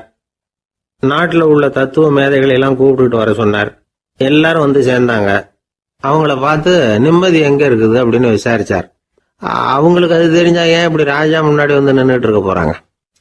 ராஜாவோட கேள்விக்கு ஒவ்வொருத்தரும் ஒவ்வொரு மாதிரி விளக்கம் கொடுக்க ஆரம்பிச்சிட்டாங்க. எந்த பதிலும் ராஜாவுக்கு திருப்தி அளிக்கக்கூடிய அளவுக்கு இல்லை. சரி, போயிட்டு வாங்கன்னு சொல்லி அவங்கள எல்லாம் அனுப்பி வச்சுட்டார். ஒரு நாள் அவர் மாளிகையில உப்பருகையில நின்றுட்டு இருக்கிறார். அந்த சமயத்துல தெருவில் ஒரு பிச்சைக்காரன் ரொம்ப உல்லாசமா பாட்டு பாடிக்கிட்டே போயிட்டு இருக்கிறான். குரல்ல ஒரு சந்தோஷம், நடையில ஒரு மிடுக்கு. அவன்கிட்ட கொஞ்சம் கூட கவலை இருக்கிறதா தெரியல. உடனே ராஜா அதை பார்த்தார். ஏவலாளிகளை வந்து கைதட்டி கூப்பிட்டார். உடனே ஓடி போய் அந்த பிச்சைக்காரனை இங்க அழைச்சிட்டு வாங்கன்னு உத்தரவு போட்டார். இவங்க உடனே ஓடி போய் அவனை கூப்பிட்டாங்க. அரண்மனைக்கு வாழ்ந்தாங்க. அவன் வரல. அரண்மனைக்கு உள்ள அடி எடுத்து வைக்க மாட்டேன்னு சொல்லிவிட்டான். ராஜா கிட்ட வந்து விஷயத்தை சொன்னாங்க. அவருக்கு ரொம்ப ஆச்சரியம், இப்படி ஒரு ஆள் இருக்கிறானா அப்படின்னு. சரி, அவன் என்னதான் சொல்றான் அப்படின்னு விசாரிச்சார். இவங்க மறுபடியும் தெருவுக்கு போய் கேட்டாங்க. என்னை பார்க்கணும்னா ராஜா விருப்பப்பட்டாருன்னா அவரை வேணும்னா இங்க வர சொல்லுங்க அப்படின்னு சொல்லிவிட்டான். அதை வந்து ராஜா கிட்ட சொன்னாங்க. அவருக்கு கோபம் வரல. இவ்வளவு சுதந்திர உணர்வோடு இருக்கிறவன் சாதாரண ஆளா இருக்க முடியாது அப்படின்னு நினைச்சார். உடனே கிடுகிடுன்னு இறங்கி தெருவுக்கு வந்தார். பிச்சைக்காரங்கிட்ட போனார். நீ கவலைப்படாம சந்தோஷமா பாடிட்டு போறியே, அது எப்படி முடியுது உன்னால அப்படின்னு கேட்டார். ஏன் அப்படி கேக்குறீங்கன்னு அவன், அதுக்கு இல்ல, எனக்கு அரண்மனையில எவ்வளவோ சுகபோகங்கள்லாம் இருக்கு, இருந்தாலும் நிம்மதி இல்லை. இது ஏன்னு எனக்கு தெரியல. இந்த தேசத்துல உள்ள அறிஞர்களை எல்லாம் கூப்பிட்டு கேட்டு பார்த்துட்டேன், அவங்களுக்கும் தெரியல. உன்னை கேட்டா தெரியும்னு நினைச்சேன், அதனாலதான் சந்திக்கிறதுக்கு ஆசைப்பட்டேன். ஆனா நீ வரமாட்டேன்னுட்டியே அப்படின்னார். பிச்சைக்காரன் கடகடன்னு சிரிக்க ஆரம்பிச்சுட்டான். மகிழ்ச்சிக்கும் உங்களுக்கும் தடையா இருக்கிறது இந்த மாளிகை தான். இதை விட்டுட்டு வெளியில வந்துட்டா நிம்மதி தேடிட்டு வந்துடும்னா. நான் அரசன், எனக்குன்னு கடமைகள் இருக்கு, அதையெல்லாம் விட்டுட்டு எப்படி வர முடியும்னார் ராஜா. ரெண்டும் ஒரே நேரத்துல கிடைக்கணுங்கிறது முடியாத காரியம். உங்க சுகபோகத்துக்கு விலையாதான் உங்க நிம்மதியை கொடுத்துக்கிட்டு இருக்கிறீங்க. என்ன பாருங்க, என்கிட்ட எதுவும் இல்லை, அதனால எதுவும் போயிடுமோங்கிற பயமும் இல்லை, நிம்மதியா இருக்கிறேன் அப்படின்னா அவன். ராஜா உடனே சந்தோஷப்பட்டு தன்னுடைய மேலங்கியை எடுத்து அவனுக்கு பரிசா கொடுத்தாரான். அவன் சிரிச்சுக்கிட்டே அதை வாங்க மாட்டேன்னு விட்டானான். இதை நீங்க எனக்கு கொடுக்கறதுனால எந்த பயனும் இல்லை, அதே நேரத்துல அதை வாங்கிட்டேன்னா அடுத்த வினாடியிலிருந்து அதை எப்படி காப்பாத்துறதுங்கிற கவலை எனக்கு வந்து சேர்ந்துரும், அப்புறம் தூக்கம் வராது, நிம்மதி போயிடும் அப்படின்னானா. சொல்லிவிட்டு அவன் பாட்டுக்கு சந்தோஷமா பாடிக்கிட்டே போயிட்டான். நிம்மதி எங்க இருக்குங்கிறதையும் ராஜா தெரிஞ்சுக்கிட்டார். அந்த இடத்துக்கு தன்னால போக முடியாதுங்கிறதையும் அவர் புரிஞ்சுக்கிட்டார். இப்படி இந்த கதைய அந்த கடற்கரையில மணலை கீறிக்கிட்டே உட்கார்ந்துருந்தார அந்த பெரியவர்கிட்ட சொல்லி முடிச்சோம். அவர் முகத்துல ஒரு தெளிவு தெரிஞ்சது. எங்களை நிமிர்ந்து பார்த்தார். ரொம்ப நன்றிங்க, இப்ப எனக்கு தெரிஞ்சு போச்சு, நிம்மதி வேணும்னா அதுக்கு என்ன பண்ணணும்னு இப்ப நல்லா புரிஞ்சுக்கிட்டேன் அப்படின்னார். என்ன புரிஞ்சுக்கிட்டீங்கன்னு கேட்டோம். இனிமே இந்த பக்கம் வந்தா உங்க கண்ணுல படாத இடமா பார்த்து உட்காரணும்னு புரிஞ்சுக்கிட்டேன் அப்படின்னார்.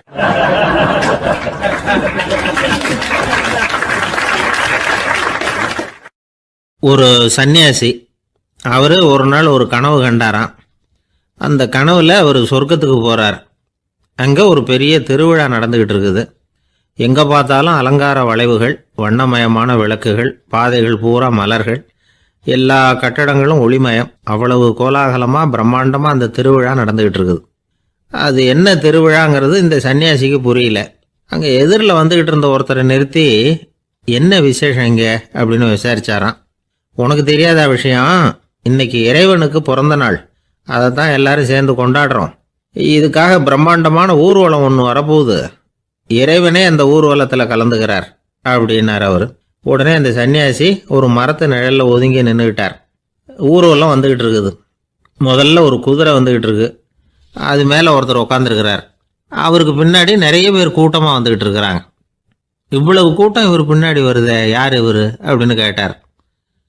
ஒரு மதத்தின் பெயரை சொல்லி, இவர் அந்த மதத்தின் தலைவர், அவரை பின்பற்றுகிற மக்கள் கூட்டம் பின்னாடி வந்துகிட்டு இருக்குது அப்படின்னு விவரம் சொல்லியிருக்கிறாங்க. இவங்களுக்கு அடுத்தபடியா இன்னொரு குதிரையில் ஒருத்தர் வந்துகிட்டு இருக்கிறார். அவருக்கு பின்னாடி ஏகப்பட்ட கூட்டம். இவர் யாருங்க அப்படின்னு கேட்டிருக்காரு சன்னியாசி. அங்கே இருக்கிறவங்க விவரம் சொல்லியிருக்கிறாங்க. இன்னொரு மதத்தின் பெயரை சொல்லி, இவர் அந்த மதத்தினுடைய தலைவர், அவர் வழியை பின்பற்றுகிறவர்கள் அவர் பின்னாடி கூட்டமாக வந்துகிட்டு இருக்கிறாங்க அப்படின்னு இருக்காங்க. இப்படி ஒவ்வொருத்தராக குதிரை மேலே வந்துக்கிட்டே இருக்கிறாங்க. அவங்கள பின்பற்றியும் ஒவ்வொரு கூட்டம் வந்துக்கிட்டே இருக்குது. அந்த பெரிய ஊர்வலம் அது பாட்டுக்கு போய்கிட்டு இருக்குது. கடைசியாக அது முடிஞ்சது ரொம்ப நேரம் கழித்து. அதுக்கப்புறம் கொஞ்சம் நேரம் கழித்து ஒரு வயசான ஆள் குதிரை மேலே வந்துக்கிட்டு இருக்கிறார். ஆனால் அவருக்கு பின்னாடி யாருமே இல்லை. அவர் பரிதாபமாக தனியாக வந்துக்கிட்டு இருக்கிறார். அவர் அந்த ஊர்வலத்தை சேர்ந்தவரா இல்லையாங்கிறதே தெரியல. இவர் யார், இவர் ஏன் இப்படி தனியாக வந்துக்கிட்டு இருக்கிறார் அப்படின்னு கேட்டிருக்கார் அந்த சன்னியாசி. என்னது இப்படி கேட்குறீங்க? இவர் தான் கடவுள். இவருக்காக தான் இன்னைக்கு இந்த ஊர்வலமே நடக்குது. இவருக்கு தான் இன்னைக்கு பிறந்த நாள். முன்னாடி போகிற ஊர்வலம் பூரா இவருடைய பிறந்த நாளை கொண்டாடுறதுக்காக தான் அப்படின்ட்டுருக்காங்க. இதை கேட்டதும் அந்த சன்னியாசிக்கு திடுக்குன்னு தூக்கி போட்டிருக்கு. இது வரைக்கும் கனவு கண்டுகிட்டு இருந்தவர் முடிச்சுக்கிட்டார். அதுக்கப்புறம் தான் யோசித்து பார்த்துருக்கார். உண்மைதான், மக்கள் எல்லாரும் வந்து பக்தி மார்க்கத்தில் போகிறதா நினச்சிக்கிட்டு பாதம் மாறி போய்கிட்டு இருக்கிறாங்க.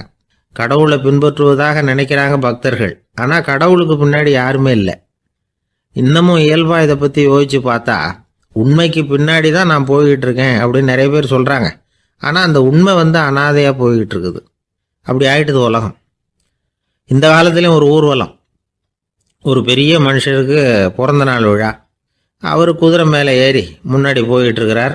அவருக்கு பின்னாடி ஒரு 100 பேர் தொண்டர்கள் அவங்க பாட்டுக்கு போகிறாங்க. எல்லாம் பணம் கொடுத்து ஏற்பாடு பண்ணவங்க. எல்லாம் பணம் வாங்கிட்டு முன்னாடி போயிட்டு இருக்கிறாங்க. கொஞ்சம் தூரம் நடந்ததும் கால் வலிக்க ஆரம்பிச்சுட்டுது. ஒவ்வொருத்தரும் அப்படியே ஒதுங்க ஆரம்பிச்சிட்டாங்க. அதான் முன்னாடியே பணம் கிடைச்சிட்டுதே, இனிமேல் ஒதுங்கினா என்னன்னு ஒதுங்கிட்டாங்க. ஒரு கட்டத்தில் குதிரையில் போகிறவர் தற்செயலாக திரும்பி பார்க்குறாரு. பின்னாடி யாருமே இல்லை. எல்லாரும் ஓடி போயிட்டாங்க. ஒரே ஒரு ஆள் மட்டும் ரொம்ப விசுவாசமாக பின்னாடி நடந்து வந்துக்கிட்டு இருந்தான்.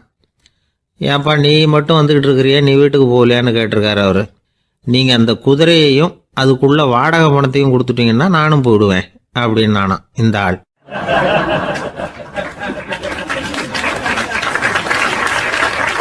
ஒரு ஊரில் ஒரு ஆள் இருந்தான்.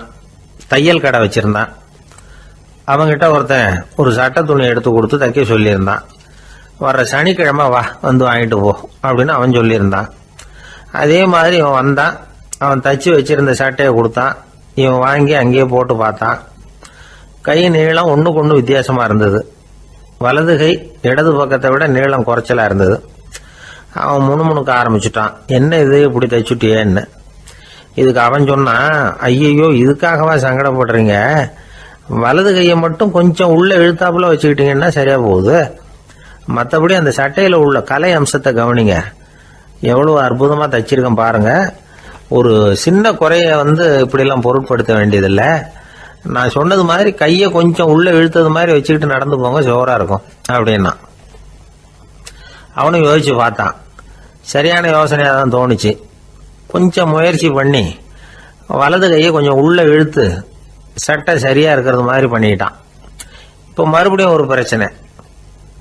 வலது கையை உள்ள இழுத்த மாதிரி அப்படியே வச்சுக்கிட்டதும் முதுகு பக்கம் கொஞ்சம் துணி தளர்த்தியாக தொங்குறது மாதிரி தெரிஞ்சுது. என்ன இது முதுகு பக்கம் துணி குவிஞ்சுட்டுதே தொங்குதே அப்படின்னா மறுபடியும், அடடா இதுக்காகவா கவலைப்படுறீங்க?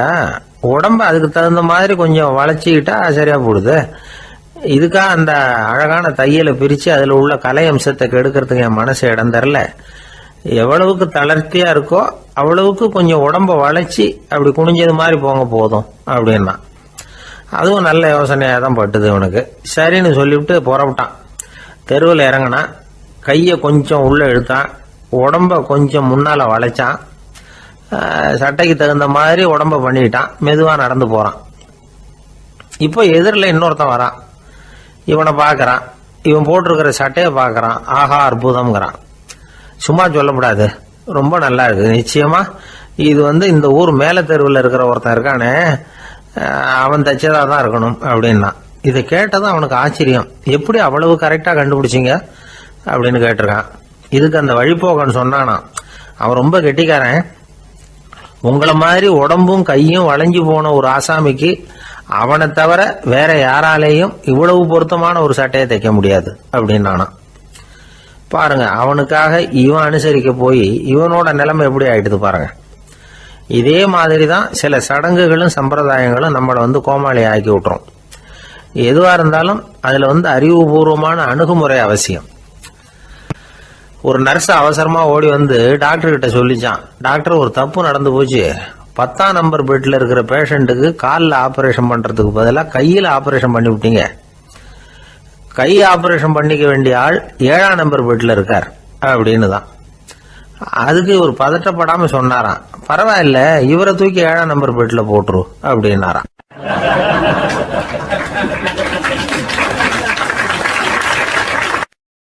ஒரு ஊர்ல ஒருத்தர் இருந்தார், ரொம்ப நல்லவர். யாருக்காவது ஏதாவது கொடுத்துக்கிட்டே இருப்பார், கொடையாளி. தினமும் யாராவது ஒருத்தருக்கு ஏதாவது கொடுக்கலன்னா அவருக்கு தூக்கம் வராது, அப்படி ஒரு பழக்கம். அது மட்டும் இல்லை, அவர் கொடுக்கறது அடுத்தவங்களுக்கு தெரியாது, அவ்வளவு ரகசியமா அதை கொடுப்பார். வலது கை கொடுக்கறது இடது கைக்கு தெரியக்கூடாதுன்னு சொல்லுவாங்கல்ல, அது மாதிரி அவர். ஒரு நாள் ராத்திரி அவர் ஏற்கனவே தயாரா கட்டி வச்சிருந்த பணம் முடிச்ச கையில் எடுத்துக்கிட்டு வீட்டை விட்டு வெளியில வந்தார். தெருவில் இறங்கி நடந்தார். இன்னைக்கு யாருக்கு தர்மம் செய்யறது அப்படின்னு யோசனை பண்ணிட்டு இருட்டில் நடந்து வந்துகிட்டு இருக்கிறார். யாரோ ஒருத்தர் எதிரில் வர்றது மாதிரி தெரிஞ்சுது. உடனே அவர் கிட்ட போனார். தன்கிட்ட இருந்த பணம் முடிச்சு அவசரமா அவர் கையில திணிச்சுட்டு திரும்பி வந்துட்டார்.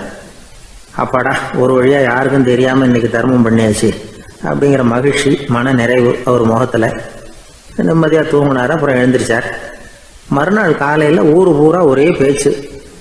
என்ன பேச்சுன்னா, நேற்று ராத்திரி ஒரு திருடன் கையில யாரோ பணத்தை கொடுத்துட்டு போயிருக்கிறாங்க அப்படின்னு எல்லாரும் பேசிக்கிட்டு இருக்கிறாங்க. இதை கேள்விப்பட்டதும் அந்த பெரியவருக்கு ரொம்ப வருத்தமா போச்சு. அடடா, போயும் ஒரு திருடனுக்காக உதவி பண்ணியிருக்கிறோம், பிரயோஜனம் இல்லாம போட்டுதே அப்படின்னு நினைச்சார். சரி, இன்னைக்கும் யாருக்காவது உதவி பண்ணணும் அப்படின்னு முடிவு பண்ணினார்.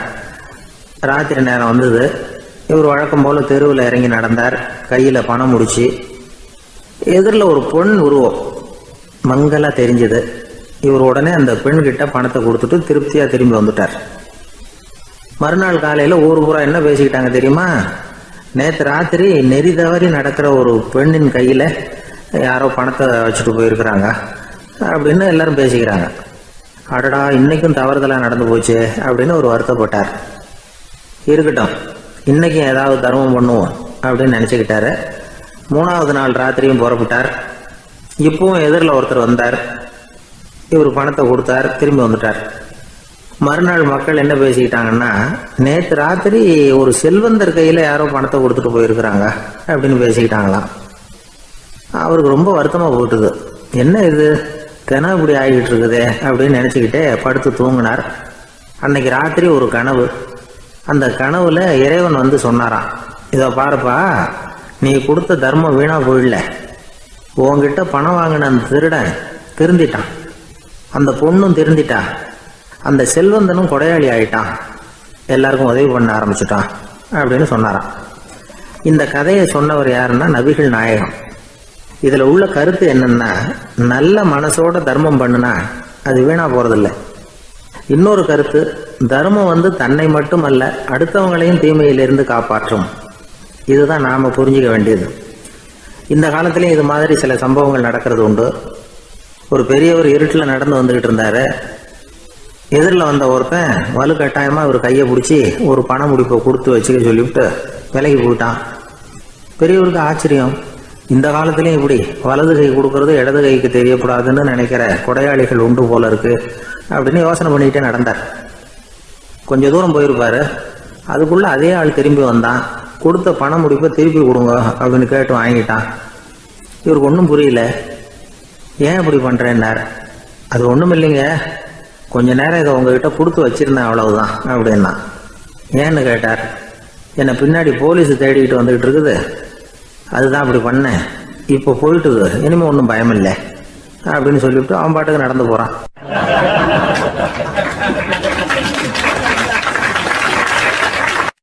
தான் மட்டும் வாழ்ந்தா போதும் அப்படின்னு நினைக்கிறவங்களும் உண்டு. தானும் வாழணும், அடுத்தவங்களும் வாழணும் அப்படின்னு நினைக்கிறவங்களும் உண்டு. முதல்ல சொன்ன வகையை சேர்ந்த மனிதர்கள் எப்படி தெரியுமா? எப்படியாவது தான் மட்டும் வாழ்ந்தால் போதுங்கிற நினைப்பு தான் எப்பவும் அவங்களுக்கு இருக்கும். தங்களுடைய வளர்ச்சிக்கு எது தடையா இருந்தாலும் சரி, யார் தடையா இருந்தாலும் சரி, அதை அழிச்சுட்டு தான் மறுவேலை பார்ப்பாங்க. அவங்கெல்லாம் பாவ காரியங்களுக்கு தயங்குறதே இல்லை. அப்படிப்பட்ட வாழ்க்கை அவங்களுக்கே இடைஞ்சல அமைஞ்சு விடுறது உண்டு. அதை விளக்கறதுக்கு ஒரு கதையும் உண்டு.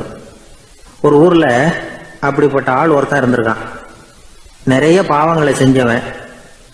அதன் காரணமா நரகப்படுகொழியில விழுந்துட்டான். நரகப்படுகுழிங்கிறது ஒரு பெரிய கிணறு மாதிரி. ஏற்கனவே பாவம் செஞ்சவங்க நிறைய பேர் அதில் விழுந்து கிடக்குறாங்க. உள்ள ஏகப்பட்ட சத்தம், எல்லாம் அந்த பாவாத்மாக்கள் போடுற சத்தம். இப்போ விழுந்தானே இவனும் சத்தம் போட்டான். இவன் போடுற சத்தம் கொஞ்சம் அதிகமாக கேட்டுது. இந்த கிணத்துக்கு பக்கத்தில் புத்தர் உட்கார்ந்துருக்கிறார். அவர் காதில் இவன் போடுற சத்தம் விழுந்தது. உடனே அந்த கிணத்தடிக்கு போனார். குனிஞ்சு பார்த்தார்.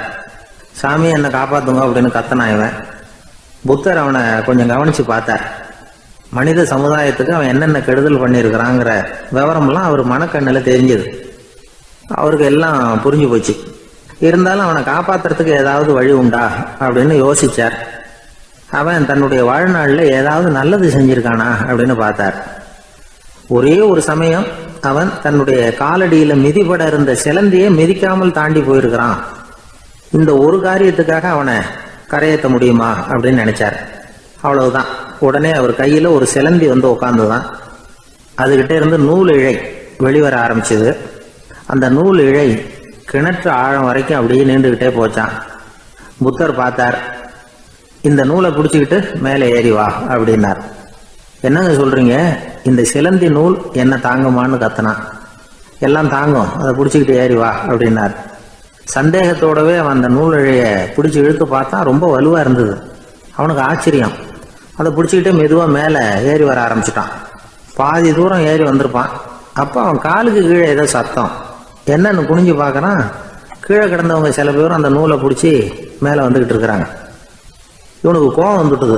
தன்னுடைய இடுப்புல வச்சிருந்த கத்தியை எடுத்து தன்னுடைய காலுக்கு கீழே நூல் இழையை அப்படியே வெட்டி விட்டுட்டான். இனிமே நாம மட்டும்தான் மேலே ஏறி வந்துடணும் அப்படின்னு நினைச்சுக்கிட்டான். ஆனா நடந்தது என்ன தெரியுமா? மொத்த நூல் இழையும் அப்படியே அருந்து கீழே விழுந்துட்டுது. அவனும் பொத்துன்னு கீழே விழுந்துட்டான். மறுபடியும் கத்த ஆரம்பிச்சுட்டான்.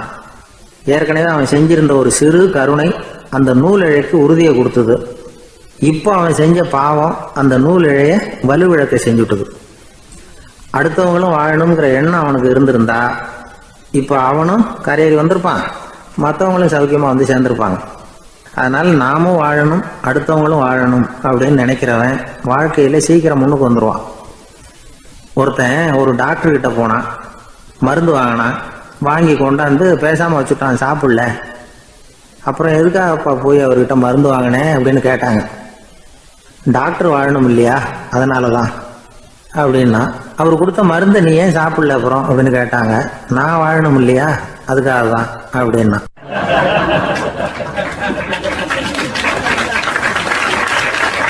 அவர் ஒரு பெரிய குடும்பத்துல பிறந்தவர். இருக்கிற சொத்துக்கள் எல்லாத்தையும் வாரி வழங்கி விட்டு காட்டுக்கு புறப்பட்டார் தவம் செய்யறதுக்காக. இருந்தது ஊராவும் கொடுத்துட்டார். இனிமே எதுவுமே இல்லை கொடுக்கறதுக்கு. அப்போ கடைசியா ஒருத்தன் வந்து கையை நீட்டினானா, ஐயா ஏதாவது கொடுங்கன்னு இருக்கான். அவர் பார்த்தார். கட்டி இருக்கிற வேட்டியை தவிர வேற எதுவுமே இல்லை. 8 முழம் பட்டு வேட்டி ஜரிகை கரையோடு இருக்குது. கடைசியா அதை தான் எடுத்துக்கிட்டு அவர் புறப்பட்டு இருக்கார். அவர் பார்த்தார். எதிரில் அவன் பரிதாபமா நின்றுட்டு இருக்கிறான். அந்த 8 முழ வேட்டியை 2ஆ கிழிச்சார். 4 முழத்தை அவங்ககிட்ட கொடுத்தாரு. மீதி 4 முழத்தை தன்னுடைய இடுப்புல கட்டிட்டு அவர் காட்டுக்கு போயிட்டார். இவன் என்ன பண்ணான் தெரியுமா? கையில கிடைச்ச 4 முழத்தை எடுத்துக்கிட்டு கடை வீதிக்கு போனான். பழைய பட்டு வேட்டி ஜருகை இதெல்லாம் விலைக்கு வாங்குற வணிகர் ஒருத்தர் இருக்கார். அவர்கிட்ட போனான். இதை விலைக்கு எடுத்துக்கிறீங்களா அப்படின்னு கேட்டிருக்கான். அவர் வாங்கி பார்த்துருக்கார். ஆஹா, இது ரொம்ப அருமையான வேட்டி, விலை உயர்ந்த ஜருகை, இது ஏது உனக்கு அப்படின்னு கேட்டாரான். அவன் நடந்தது சொல்லியிருக்கான். அப்படின்னா ஒன்று செய்ய, இந்த வேட்டியோட இன்னொரு பாதியையும் மெதுவாக வாங்கிட்டு வந்துரு, உனக்கு நிறைய பணம் தர்றேன் அப்படின்னாரான் அந்த வணிகர். இவன் கொஞ்சம் யோசனை பண்ணி பார்த்தான். கொஞ்சம் இருங்கத்தை வந்துடுறேன் அப்படின்னு சொல்லிவிட்டு நேராக காட்டுக்கு போனான். அவர் எங்கே இருக்காருன்னு தேடி கண்டுபிடிச்சான். அவர் ஒரு இடத்துல தவக்கோலத்தில் இருக்கிறார். கட்டியிருந்த இடவேட்டியும் அவர் அறியாமல் நழுவி கீழே விழுந்து கிடக்குது. இவனுக்கு ரொம்ப வசதியாக போச்சு. அவரை கேட்க வேண்டிய அவசியமே இல்லை. மெதுவாக சத்தம் போடாமல் அடி மேலே அடி வச்சு நெருங்கினான். அவர் கண்ணை மூடிக்கிட்டு அவர் பாட்டு நின்றுட்டு இருக்கிறார். இவன் மெதுவாக போய் கீழே கிடந்த அந்த துணியை எடுத்துக்கிட்டு சத்தம் போடாமல் திரும்பி நடந்தான். ஒரு 2-3 அடி எடுத்து வச்சிருப்பான். அப்படி ஓட ஆரம்பிக்கிற சமயத்தில் அவன் காலில் கீழே கிடந்த முள்ளு ஒன்று நறுக்குன்னு தச்சு விட்டுது. வலி தாங்க முடியாமல் அம்மான்னு கத்தியிருக்கான். இந்த சத்தத்தினால கண்ணை மூடி நின்றுகிட்டு இருந்த அவரோட தவம் கலைஞ்சது. மெல்ல கண்ணை திறந்து பார்க்கிறார். தன் இடையில இருந்த வேட்டி அவன் கையில் இருக்கு. இப்போ அவர் நினைக்கிறார், என்ன நினைக்கிறாருன்னா, இந்த வேட்டி மீது நான் வைத்த ஆசையல்லவா அவனை திருடனாக ஆக்கி விட்டது அப்படின்னு நினைச்சாராம். இந்த வேட்டி மேல நாம வச்ச ஆசை அவனை திருடும்படி ஆக்கி விட்டதே அப்படின்னு நினைச்சாராம். இது எப்பேற்பட்ட மனநிலை அப்படிங்கிறத கொஞ்சம் யோசனை பண்ணி பாருங்க. தான் ஒரு பொருள் மேல வச்ச பற்று இன்னொரு மனிதன் திருடனாக ஆகிறதுக்கு காரணம் ஆயிட்டுதேன்னு நினைக்கிறார். அப்படி நினைச்ச அந்த பெரியவர் யார் தெரியுமா? அவர் தான் மகாவீரர்.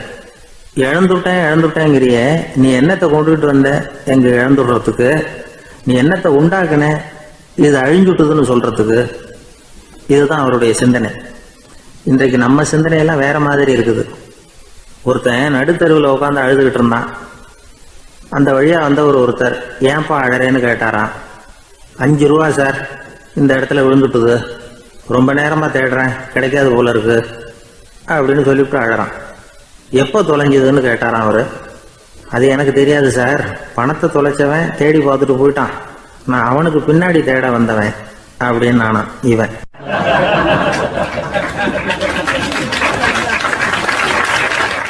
ஒரு ஊர்ல ஒரு ஆள் இருந்தான். அவன் ஒரு நாள் கோயிலுக்கு போனான்.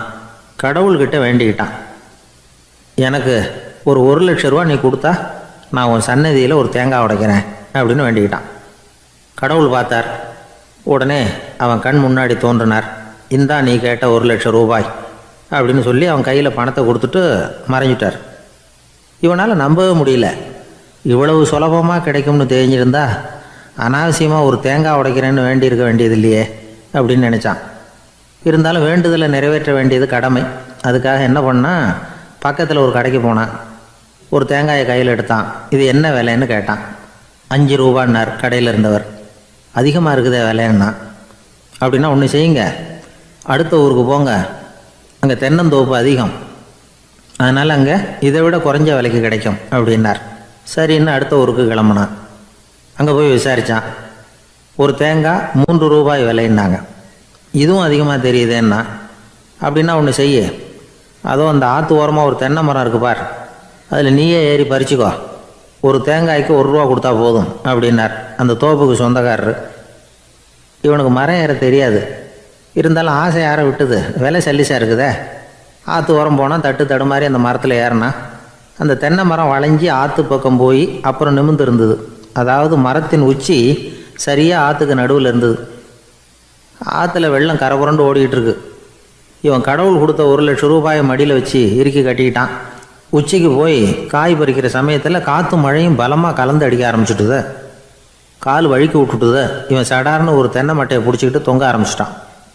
கீழே பயங்கரமான வெள்ளம், மடியில் 1,00,000 ரூபா பணம், என்ன செய்கிறதுன்னு தவிக்கிறான். இந்த சமயம் கரையில் ஒரு யானை பாகன் யானையை குளிப்பாட்டிக்கிட்டு இருக்கிறான். அது அவன் கண்ணில் பட்டுது. ஐயா ஒரு உதவின்னு கத்துனான். அவன் என்ன செய்யணும்னு கேட்டான். உன் யானையை மெதுவாக இங்கே அழைச்சிட்டு வா, எனக்கு நேராக கீழே நிறுத்து, என் காலை பிடிச்சி மெதுவாக கீழே இறக்கி விட்டுரு, என் மடியில் இருக்கிற பணத்தில் உனக்கு 10,000 ரூபா தரேன் அப்படின்னா. அவன் பார்த்தான். காலை கையை பிடிச்சா கூட எவனும் இந்த காலத்தில் 10 ரூபாய்க்கு மேலே தரமாட்டேங்கிறான், இவன் காலை பிடிச்சா 10,000 தர்றேங்கிறான் அப்படின்னு யோசனை பண்ணான். உடனே யானையை கொண்டுட்டு போனான். அவனுக்கு நேராக கீழே நிறுத்தினான். அவன் காலை பிடிச்சான். அவ்வளவுதான். அந்த நேரம் பார்த்து யானை மெதுவாக நடந்து அப்பால் போட்டுது. இப்போ யானை பாகன் அவன் காலை கெட்டியாக பிடிச்சிக்கிட்டு தூங்குறான். பரிதாபமாக மேலே பார்க்குறான். அவன் மட்டையை பிடிச்சிக்கிட்டு தூங்குறான். இப்போ யானை பாகன் சொல்கிறான், தம்பி மட்டையை விட்டுறாத, கெட்டியாக பிடிச்சிக்கோ, நான் உனக்கு 10,000 ரூபா தரேன், இதோ மடியில் தான் வச்சுருக்கேன்னா. மேலே தொங்குறவனுக்கு இந்த நிலைமையிலேயும் ஒரு சந்தோஷம், மேற்கொண்டு ஒரு 10,000 ரூபா நமக்கு கிடைக்கும் போல இருக்கே அப்படின்னு. இந்த சமயத்தில் ஒருத்தன் ஒட்டகத்தை ஓட்டிகிட்டு வந்தான் அந்த பக்கமாக குளிப்பாட்டுறதுக்கு. யானை பாகம் பார்த்துட்டான். ஐயா ஒட்டகக்காரரே, அதை இங்கே கொண்டுட்டு வா, எங்கள் காலை பிடிச்சி பத்திரமா இறக்கி விடு, நாங்கள் பணம் கொடுக்குறோம்னா. அவனும் பணத்துக்கு ஆசைப்பட்டு வந்தான். அவன் காலை பிடிக்கிற சமயம் ஒட்டகமும் நழுவி போட்டுது. இப்போ 3 பேருமே வரிசையாக தொங்குறாங்க. ஒட்டகக்காரன் கத்துறான், தம்பி மட்டையை விட்டுறாத, கெட்டியாக பிடிச்சிக்கோ, நான் என் மடியில் இருக்கிற 5,000 உனக்கு தந்துடுறேன்னா. மேலே தொங்குறவனுக்கு இன்னமும் சந்தோஷம், இவனும் பணம் தர்றேங்கிறான். அப்படின்னா இன்றைக்கி நமக்கு மொத்த பண வரவு எவ்வளவு அப்படின்னு ஒவ்வொன்றா கூட்டி பார்க்க ஆரம்பித்தான். மனக்கணக்கு சரியாக வரல. அதனால் அப்படியே விரலை விட்டு எண்ண ஆரம்பித்தான். அவ்வளவுதான், மட்டையை விட்டுட்டு கை நழுவி வந்துட்டுது. 3 பேரும் பொத்துன்னு ஆற்றுல விழுந்தாங்க. படாத பாடுபட்டு தட்டு தடுமாறி கரைக்கு வந்து சேர்ந்தாங்க. 3 பேர் மடியில் இருந்த பணமும் ஆத்தோட போட்டுது. பேராசை பெருநஷ்டம் அப்படின்னு ஒரு பழமொழி இருக்குல்ல, அதை விளக்கறதுக்காக சொல்லப்பட்ட கதை இது. இந்த காலத்தில் ஒருத்தர் ஒரு நீச்சல் குளத்தில் நீச்சல் அடிச்சுக்கிட்டு இருக்கிறார். காவலுக்கு இருந்தவர் அதை கவனிச்சுட்டார். கரையிலேருந்து சத்தம் போட்டாராம், இதோ பாருங்க, இங்கே ராத்திரி 8 மணிக்கு மேலே நீச்சல் அடிக்கிறது சட்டப்படி குற்றம், அதுக்கு அனுமதி கிடையாது, தெரியாதா உங்களுக்கு அப்படின்னாராம். இதுக்கு அவர், ஐயையோ நான் நீச்சல் அடிக்க வந்தவன் இல்லைங்க, சும்மா சுற்றி பார்க்க வந்தவன், தடுமாறி குளத்தில் விழுந்துட்டேன், நீச்சல் தெரியாது, அதனால் தத்தளிச்சுக்கிட்டு இருக்கிறேன் அப்படின்னு கத்துனாராம். கரையில் இருந்தவர் பார்த்தார், ஓ அப்படின்னா சரி, அதுக்கு ஒன்றும் தடை இல்லை அப்படின்னு சொல்லிவிட்டு அவர் பாட்டு நடந்து போயிட்டாராம்.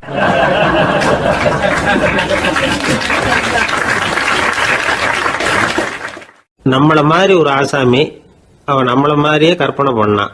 அதாவது நாம தான் இந்த உலகத்துல ரொம்பவும் கஷ்டப்படுறோம், மற்றவங்க எல்லாம் சந்தோஷமா இருக்கிறாங்க அப்படின்னு அவன் நினைச்சுக்கிட்டான். அவன் ஒரு நாள் கடவுளை வேண்டிக்கிட்டானான், சுவாமி, இந்த உலகத்துல எவ்வளவோ பேர் இருக்கிறாங்க, ஒவ்வொருத்தருக்கும் ஒவ்வொரு விதமான கஷ்டம் இருக்கலாம், ஒத்துக்கிறேன், இருந்தாலும் எனக்கு அது கொஞ்சம் அதிகமா இருக்கிறது மாதிரி தெரியுது, அதனால நீங்க எனக்காக ஒரு சின்ன உதவி செஞ்சா போதும். அது வேற ஒண்ணும் இல்லை, என்கிட்ட இருக்கிற துயரங்களை இன்னொருத்தர் யாருக்கிட்டையாவது கொடுத்துருங்க, அவர்கிட்ட இருக்கிற துயரங்களை என்கிட்ட மாத்தி கொடுத்துருங்க, ஒரு மியூச்சுவல் டிரான்ஸ்ஃபர், அவ்வளவுதான், அப்படி பண்ணிவிட்டா போதும் அப்படின்னு வேண்டிக்கிட்டானான். அன்னைக்கு ராத்திரியே அவன் ஒரு கனவு கண்டிருக்கான். வானத்திலிருந்து ஒரு குரல் கேட்டிருக்கு. அது என்ன சொல்லிச்சு தெரியுமா? ஏ ஜனங்களே, எல்லாரும் அவங்க கஷ்டங்களை ஒரு பையில போட்டு எடுத்துக்குங்க, அப்படி எடுத்துக்கிட்டு நேரா இந்த ஊர் எல்லையில இருக்கிற கோயிலுக்கு வந்து சேருங்க அப்படின்னு அந்த குரல். ஆஹா, கடவுள் நம்ம பிரார்த்தனைக்கு செவி சாய்ச்சுட்டார் அப்படின்னு சந்தோஷப்பட்டான் இவன். உடனே என்ன பண்ணா, தன்கிட்ட இருந்த கஷ்டத்தையெல்லாம் ஒரு சாக்கு பையில போட்டு எடுத்துக்கிட்டான். வீட்டை விட்டு வெளியில வந்தான். தெருவில் இறங்கி நடக்கிறான். அங்க பார்த்தா ஏகப்பட்ட பேர் ஆளுக்கு ஒரு பைய தூக்கிக்கிட்டு கோயிலுக்கு போயிட்டு இருக்கிறாங்க. சில பேர் மூட்டையா கட்டி தலையில சுமந்துக்கிட்டு போயிட்டு இருக்கிறாங்க. இவன் பார்த்தான். இவனுக்கு ரொம்ப ஆச்சரியமா இருந்தது. ஏன்னா எல்லாரும் வச்சிருக்கிற பை இவன் பைய விட பெருசா இருந்தது. இவன் பை தான் இருக்கிறதுலயே கொஞ்சம் சின்னதா தெரிஞ்சது. இப்ப அவன் மறுபடியும் சாமியை வேண்டிக்கிட்டான், கடவுளே, இப்ப உள்ள சூழ்நிலையை கவனிச்சா என்கிட்ட இருக்கிற பைய பரவாயில்லன்னு தோணுது, அதனால வேற பை எதையும் மாத்த வேணாம், இதுவே பரவாயில்ல, இந்த பையோட திரும்பி வீட்டுக்கு போனா போதும்னு நினைக்கிறேன் அப்படின்னு ஏதோ நினைக்க ஆரம்பிச்சுட்டான் அவன். எல்லாரும் கோயிலுக்கு போய் சேர்ந்தாங்க. கோயில்ல அந்த குரல் மறுபடியும் கேட்டுது. எல்லாரும் அவங்கவுங்க பைகளை சோகத்துல தொங்க விடுங்க, திடீர்னு விளக்குகள் அணையும், மணி அடிக்கப்படும், அதுதான் அடையாளம். அந்த சமயத்துல இருட்டுல உங்களுக்கு வேண்டிய பைய நீங்க மாத்தி எடுத்துக்கலாம், தேர்ந்தெடுத்துக்கலாம். வெளிச்சம் இருக்கிறப்பவே உங்களுக்கு பிடிச்ச பைக்கு பக்கமா பார்த்து நீங்க நின்னுக்கலாம் அப்படின்னு சொல்லி விவரம் சொல்லிச்சான் அந்த குரல். அப்படி சொன்னதுக்கு அப்புறம் திடீர்னு விளக்கு அணைஞ்சுது, மணி அடிச்சுது. கொஞ்ச நேரம் கழிச்சு மறுபடியும் விளக்குகள்லாம் எரிஞ்சுது. இப்போ பார்த்தா எல்லாரும் அவங்கவுங்க பையையே கெட்டியா பிடிச்சிட்டு நிக்கிறாங்க. இவனும் அப்படியே நிக்கிறான். இவன் மெதுவா பக்கத்துல நிக்கிறவங்க கிட்ட கேட்டானா, ஏன் நீங்க பைய கையிலேயே வச்சிருக்கிறீங்க, செவுத்துல மாட்டலையா அப்படின்னு கேட்டிருக்கான். இல்லப்பா, நீ ஏன் கையிலேயே வச்சிருக்கிறியோ அதே காரணத்துக்காக தான் நாங்களும் வச்சிருக்கிறோம். நம்ம கவலைகளை பத்தி நமக்கு ஓரளவுக்காவது தெரியும், ஆனா மற்றவங்க கவலைகள் நமக்கு பரிச்சயம் இல்லாதவை, பழக்கம் இல்லாதது. அதனால நமக்கு தெரிஞ்ச கவலைகளை சமாளிக்கிறது சுலபம். தெரியாததை சமாளிக்கணும்னா மறுபடியும் ஆரம்பத்துல இருந்து ஆரம்பிக்கணும். அதனால பழைய நண்பர்களோட வாழறது தான் மேல் அப்படின்னு ஆனான். அதுக்கப்புறம் அவன் தன்னோட பைய போதும்னு வீட்டுக்கு திரும்பி வந்துட்டானான். இது ஒரு பெரியவர் சொல்லி இருக்கிற கதை. அதனால நம்ம கிட்ட இருக்கிற கஷ்டங்கள் தான் பெருசு, அதை இன்னொருத்தங்கிட்ட கொடுத்துட்டு மாத்திக்கலாம் அப்படின்னு நினைக்கிறது தப்பு. இதே மாதிரி இன்னொரு சம்பவம். ஒரு ஊர்ல ஒரு நாள் ராத்திரி ஆகாயத்திலிருந்து கடவுள் குரல் கேக்குது. இந்த ஊர்ல இருக்கிற ஜனங்கள்லாம் கொஞ்சம் கவனிங்க, உங்களுக்கு ஒரு செய்தி. அதாவது இங்க இருக்கிற ஜனங்கள்லயே கொஞ்சம் கூட கவலையே இல்லாத ஆள் யாருன்னு எனக்கு தெரியணும். அதனால எல்லாரும் அவங்க கவலைகளை ஒரு பையில போட்டு எடுத்துக்கிட்டு கோயிலுக்கு வாங்க அப்படின்னாரு கடவுள். உடனே வரிசையா எல்லாரும் வர ஆரம்பிச்சாங்க. எல்லார் கையிலயும் பை இருந்தது, சின்னதும் பெருசுமா. கவலையே இல்லாத ஆள் யாருன்னு தேடினார் கடவுள். ஒரே ஒரு ஆள் மட்டும் கையில எதுவும் இல்லாம வெறும் கையை வீசிக்கிட்டு ரொம்ப ஜாலியா நடந்து வந்துகிட்டு இருந்தான். கடவுள் அவங்க கிட்ட போனார். ஏப்பா உனக்கு கவலையே இல்லையா அப்படின்னு கேட்டார். எனக்கும் சில கவலைகள்லாம் உண்டு அப்படின்னானா அவன். எங்க அதெல்லாம்னு கேட்டிருக்காரு கடவுள். பின்னாடி லாரியில வந்துகிட்டு இருக்கு அப்படின்னானா அவன்.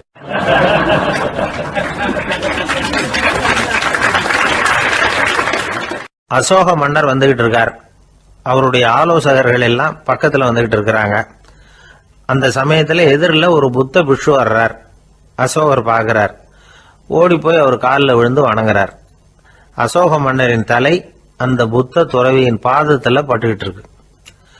பக்கத்துல நின்றுகிட்டு இருந்த அமைச்சருக்கு இது ரொம்ப சங்கடமா போச்சு. ரொம்ப வருத்தப்பட்டார். நம்ம அசோக சக்கரவர்த்தி எப்பேற்பட்டவர், அவரோட தலை ஒரு சன்னியாசியின் பாதத்துல படுறதா அப்படின்னு நினைச்சு ரொம்ப கவலைப்பட்டார். அரண்மனைக்கு திரும்பினதும் அமைச்சர் மெதுவா ஆரம்பிச்சார். அரசே, எனக்கு ரொம்ப வருத்தமா இருக்குது அப்படின்னார். எதுக்குன்னார் மன்னர். அசோக சக்கரவர்த்தியின் தலை, அதாவது அந்த சிரம், ரொம்ப மதிப்புமிக்க ஒன்று. அது ஒரு சன்னியாசியின் காலில் படலாமா அப்படின்னார். அசோகர் பதில் சொல்லல, சிரிச்சார், போயிட்டார். அதுக்கப்புறம் ஒரு சரியான சந்தர்ப்பத்துக்காக காத்துக்கிட்டு இருந்தார். ஒரு நாள் அமைச்சரை கூப்பிட்டார். எனக்கு 3 தலைகள் வேணும் அப்படின்னார். சொல்லுங்க, கொண்டுகிட்டு வரேன் அப்படின்னார் அமைச்சர். அசோகர் சொன்னார், முதல்ல எனக்கு தேவையானது ஒரு ஆட்டின் தலை, 2வது ஒரு புலியின் தலை, 3வது ஒரு மனிதனின் தலை. இதுதான் அசோகர் கேட்டது. எங்க இருந்தாலும் கொண்டு வாங்கன்னார். அமைச்சர் புறப்பட்டார். ஆட்டுத்தலை, புலித்தலை கிடைச்சிட்டுது. அப்புறமா ஒரு சுடுகாட்டுக்கு போய் ஒரு மனித தலையும் சேகரம் பண்ணிட்டு ராஜா கிட்ட வந்துட்டார். அரசே, உங்கள் ஆணைப்படி 3 தலைகளையும் கொண்டு வந்திருக்கிறேன்னார். அசோகர் பார்த்தார். ரொம்ப நல்லது, இப்ப இது 3ஐயும் எடுத்துக்கிட்டு போய் சந்தையில வித்துட்டு வாங்க அப்படின்னார். அமைச்சர் அதுகளை எடுத்துக்கிட்டு சந்தைக்கு போனார். முதல்ல ஆட்டுத்தலை நல்ல விலைக்கு வித்து போச்சு. நல்ல விலை கொடுத்து வாங்கிட்டு போட்டாங்க. அடுத்தபடியா புலி தலைய ஒருத்தர் வாங்கிட்டார். அதை பாடம் பண்ணி வீட்டில் மாட்டி வைக்கலாமே அப்படின்னு நினைச்சு அதையும் வாங்கிட்டு போட்டார். மனித தலையை மட்டும் வாங்கறதுக்கு யாரும் முன் வரல. எல்லாரும் அதை பார்த்துட்டு விலைக்கு போக ஆரம்பிச்சாங்க. அமைச்சர் திரும்பி வந்தார். அரசே, இந்த தலையை மட்டும் யாரும் வாங்க மாட்டேங்கிறாங்க அப்படின்னார். சரி, பரவாயில்ல, இதை இலவசமாவே எனாமாவே யாருக்கிட்டையாவது கொடுத்துட்டு வந்துருங்க அப்படின்னார். அமைச்சர் மறுபடியும் சந்தைக்கு போனார். இதை இலவசமா தரேன், இதை வாங்கிக்கோங்க அப்படின்னார். அப்பவும் அதை யாரும் வாங்கிக்கிறதுக்கு தயாரா இல்லை. மறுபடியும் திரும்பி வந்து மன்னர்கிட்ட விவரத்தை சொன்னார். இப்போ மன்னர் சொல்றார், அமைச்சரே, உயிர் இருக்கிற வரைக்கும் தான் இந்த தலைக்கு மதிப்பு. ஜீவன் போனதுக்கு அப்புறம் அதோட மதிப்பும் போயிடுது. அதனால மதிப்பு இருக்கும் பொழுதே பெரியவர்கள் பாதம் பணிந்து அந்த புனிதத்தை பெற்றுக்கொள்ளணும் அப்படின்னார். பணிவுங்கிறது வேற, அடிமைத்தனம்ங்கிறது வேற.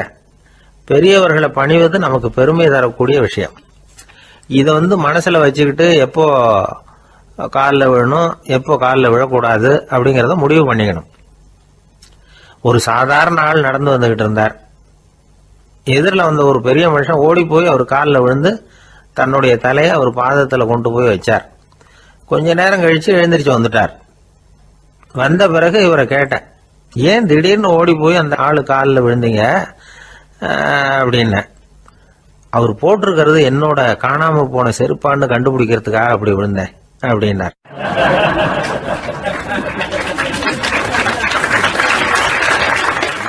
ஒரு காட்டுல ஒரு நரி இருந்தது. ஒரு நாள் காலை நேரம் அது தன்னுடைய இருப்பிடத்திலிருந்து வெளியில வந்தது. கொஞ்ச தூரம் நடந்து வந்தது. அப்பதான் அது தன்னோட நிழலை கவனிச்சு பார்த்தது. பார்த்தா அது ரொம்ப நீளமா பெருசா இருக்குது. காலை நேரத்துல நிழல் அப்படித்தானே இருக்கும். ஆனா அந்த நரிக்கு அந்த விஷயம் தெரியல. தன்னுடைய நீண்ட பெரிய நிழலை பார்த்து ஆச்சரியப்பட்டது. ஆஹா, நாம இவ்வளவு பெருசாவா இருக்கிறோம் அப்படின்னா என்னுடைய காலை சாப்பாட்டுக்கு ஒரு யானை இல்லைன்னா ஒரு ஒட்டகம் கிடைச்சாதான் சரியா இருக்கும் போல இருக்கு அப்படின்னு முடிவு பண்ணிக்கிட்டது. உடனே ஒரு யானை அல்லது ஒட்டகத்தை தேடி அலைஞ்சது, எங்க கிடைக்கும்னு. கிடைக்கவே இல்லை. மத்தியானம் 12 மணி ஆயிட்டுது. பசியோடு அலையுது. இப்ப தன்னோட நிழலை பார்த்தது. அது மத்தியான நிழல் எப்படி இருக்கும், அது ரொம்பவும் குறுகி போய் தெரிஞ்சது. உடனே அந்த நரி என்ன நினைச்சுக்கிட்டு தான் தெரியுமா, காலை ஆகாரம் சாப்பிடாததுனால நம்ம உடம்பு இப்படி அழிச்சு போட்டுதே அப்படின்னு நினைச்சுக்கிட்டு தான். கொஞ்ச நேரம் கழிச்சு மறுபடியும் தன்னுடைய நிழலை பார்க்குது. அது இன்னமும் குறுகி போய் காலடியிலேயே வந்துட்டுது. அதுக்கு பயமா போயிடுது. ஐயோ இன்னும் கொஞ்ச நேரத்தில் நாம் இறந்துருவோம் போல இருக்க, இப்போ என்ன செய்யறது? இந்த சமயத்தில் ஒரு எறும்பு கிடைச்சா கூட போதும், அதை நம்ம காலை ஆகாரமாக நினச்சி சாப்பிட்டுள்ளாமே அப்படின்னு நினச்சிதான். நம்முடைய நிழல் கூட நம்மளை மாதிரியே தான் அடிக்கடி மாறிக்கிட்டே தான் இருக்குது. அது எப்பவும் ஒரே மாதிரி இருக்கிறது இல்லை. மனிதனுக்கு ஏற்படுகிற தன்முனைப்பு இருக்கு பாருங்க, ஈகோ, அது கூட ஒரு நிழல் மாதிரி தானா. அப்படி நினைக்க ஆரம்பிச்சுட்டா அதனால ஏதும் பிரச்சனை வராதான். தன்முனைப்பை நிழல் போலவே ஏற்றுக்கொள்ளுங்கள் அப்படிங்கிறது பெரியவங்க கருத்து. ஒரு காரியத்தை வெற்றிகரமா நல்ல விதமா செஞ்சு முடிக்கிறோம்னு வச்சுக்கோங்க, அந்த சமயத்துல ஒரு வித நுட்பமான தற்பெருமை நமக்குள்ள உண்டாகுது. இது இயற்கையானது, அதனால இது மேல பற்று வைக்கக்கூடாது. அப்படி வைக்க ஆரம்பிச்சுட்டா அந்த தற்பெருமை ஒரு நிரந்தர விருந்தாளியா நம்ம கிட்ட தங்கிக்கும். நம்ம நிழல் எப்படின்னு பாருங்க, நாம நடக்கும் பொழுது நம்ம பின்னாடியே வரும். தன்முனைப்பையும் அப்படியே நினைச்சுக்குங்க. நிழல் யாருக்கும் எந்த பிரச்சனையையும் உண்டாக்குறது இல்லை. ஆனா அந்த நிழலை கண்டே நாம பயப்பட ஆரம்பிச்சுட்டா நாம எதுலையும் வெற்றி காண முடியாது. நிழலோட சண்டை போடக்கூடாது. அது மாதிரி தன்முனைப்போடவும் நாம சண்டை போட வேண்டியதில்லை. இல்லாத ஒன்றோடு சண்டை போடுறது எப்படின்னா, அது இருட்டோட சண்டை போடுறது மாதிரி. நாம நிழல் கிடையாது, நம்ம கிட்ட இருக்கிற தன்முனைப்பு ஒரு நிழல். நம்ம நிழலையும் நமக்கு சமமா பார்க்குறோம் பாருங்க, அங்கதான் சிக்கலே ஆரம்பம். இப்போ நாம நடந்து போய்கிட்டு இருக்கிறோம், நம்ம நிழல் தரையில விழுது. யாரோ ஒருத்தர் நம்ம நிழல் மேல காலை வச்சு நடந்து போறார். உடனே அவர்கிட்ட சண்டைக்கா போறோம், ஏண்டா என் நிழலை மிதிச்ச அப்படின்னு. நமக்கு தெரியும் அது நிழல் தாங்கிறது. அவர் உங்க மேல நடக்கல, உங்களுடைய நிழல் மேலதான் நடக்கிறார். அது மாதிரி உங்க தன்முனைப்பின் மேல யாராவது நடந்தா உங்களை அவமானப்படுத்துறதா நினைக்கிறீங்க. காரணம், நாமளும் நம்ம தன்முனைப்பும் ஒண்ணுங்கிற நினைப்பு தான் காரணம், மற்றபடி வேற ஒன்றும் கிடையாது. நம்ம நிழல் மேல நடக்கிறவர் நம்மளை காயப்படுத்துறது இல்லை. தன்முனைப்பை வேண்டாத ஒன்னாவும் பார்க்க வேண்டியதில்லை. அது இயற்கை. நிழலை உங்க முன்னாடி வைக்க வேணாம், அது உங்க பின்னாடியே இருக்கட்டும். நிழலின் நிழலாகி விடாதீர்கள், நீங்கள் நீங்களாகவே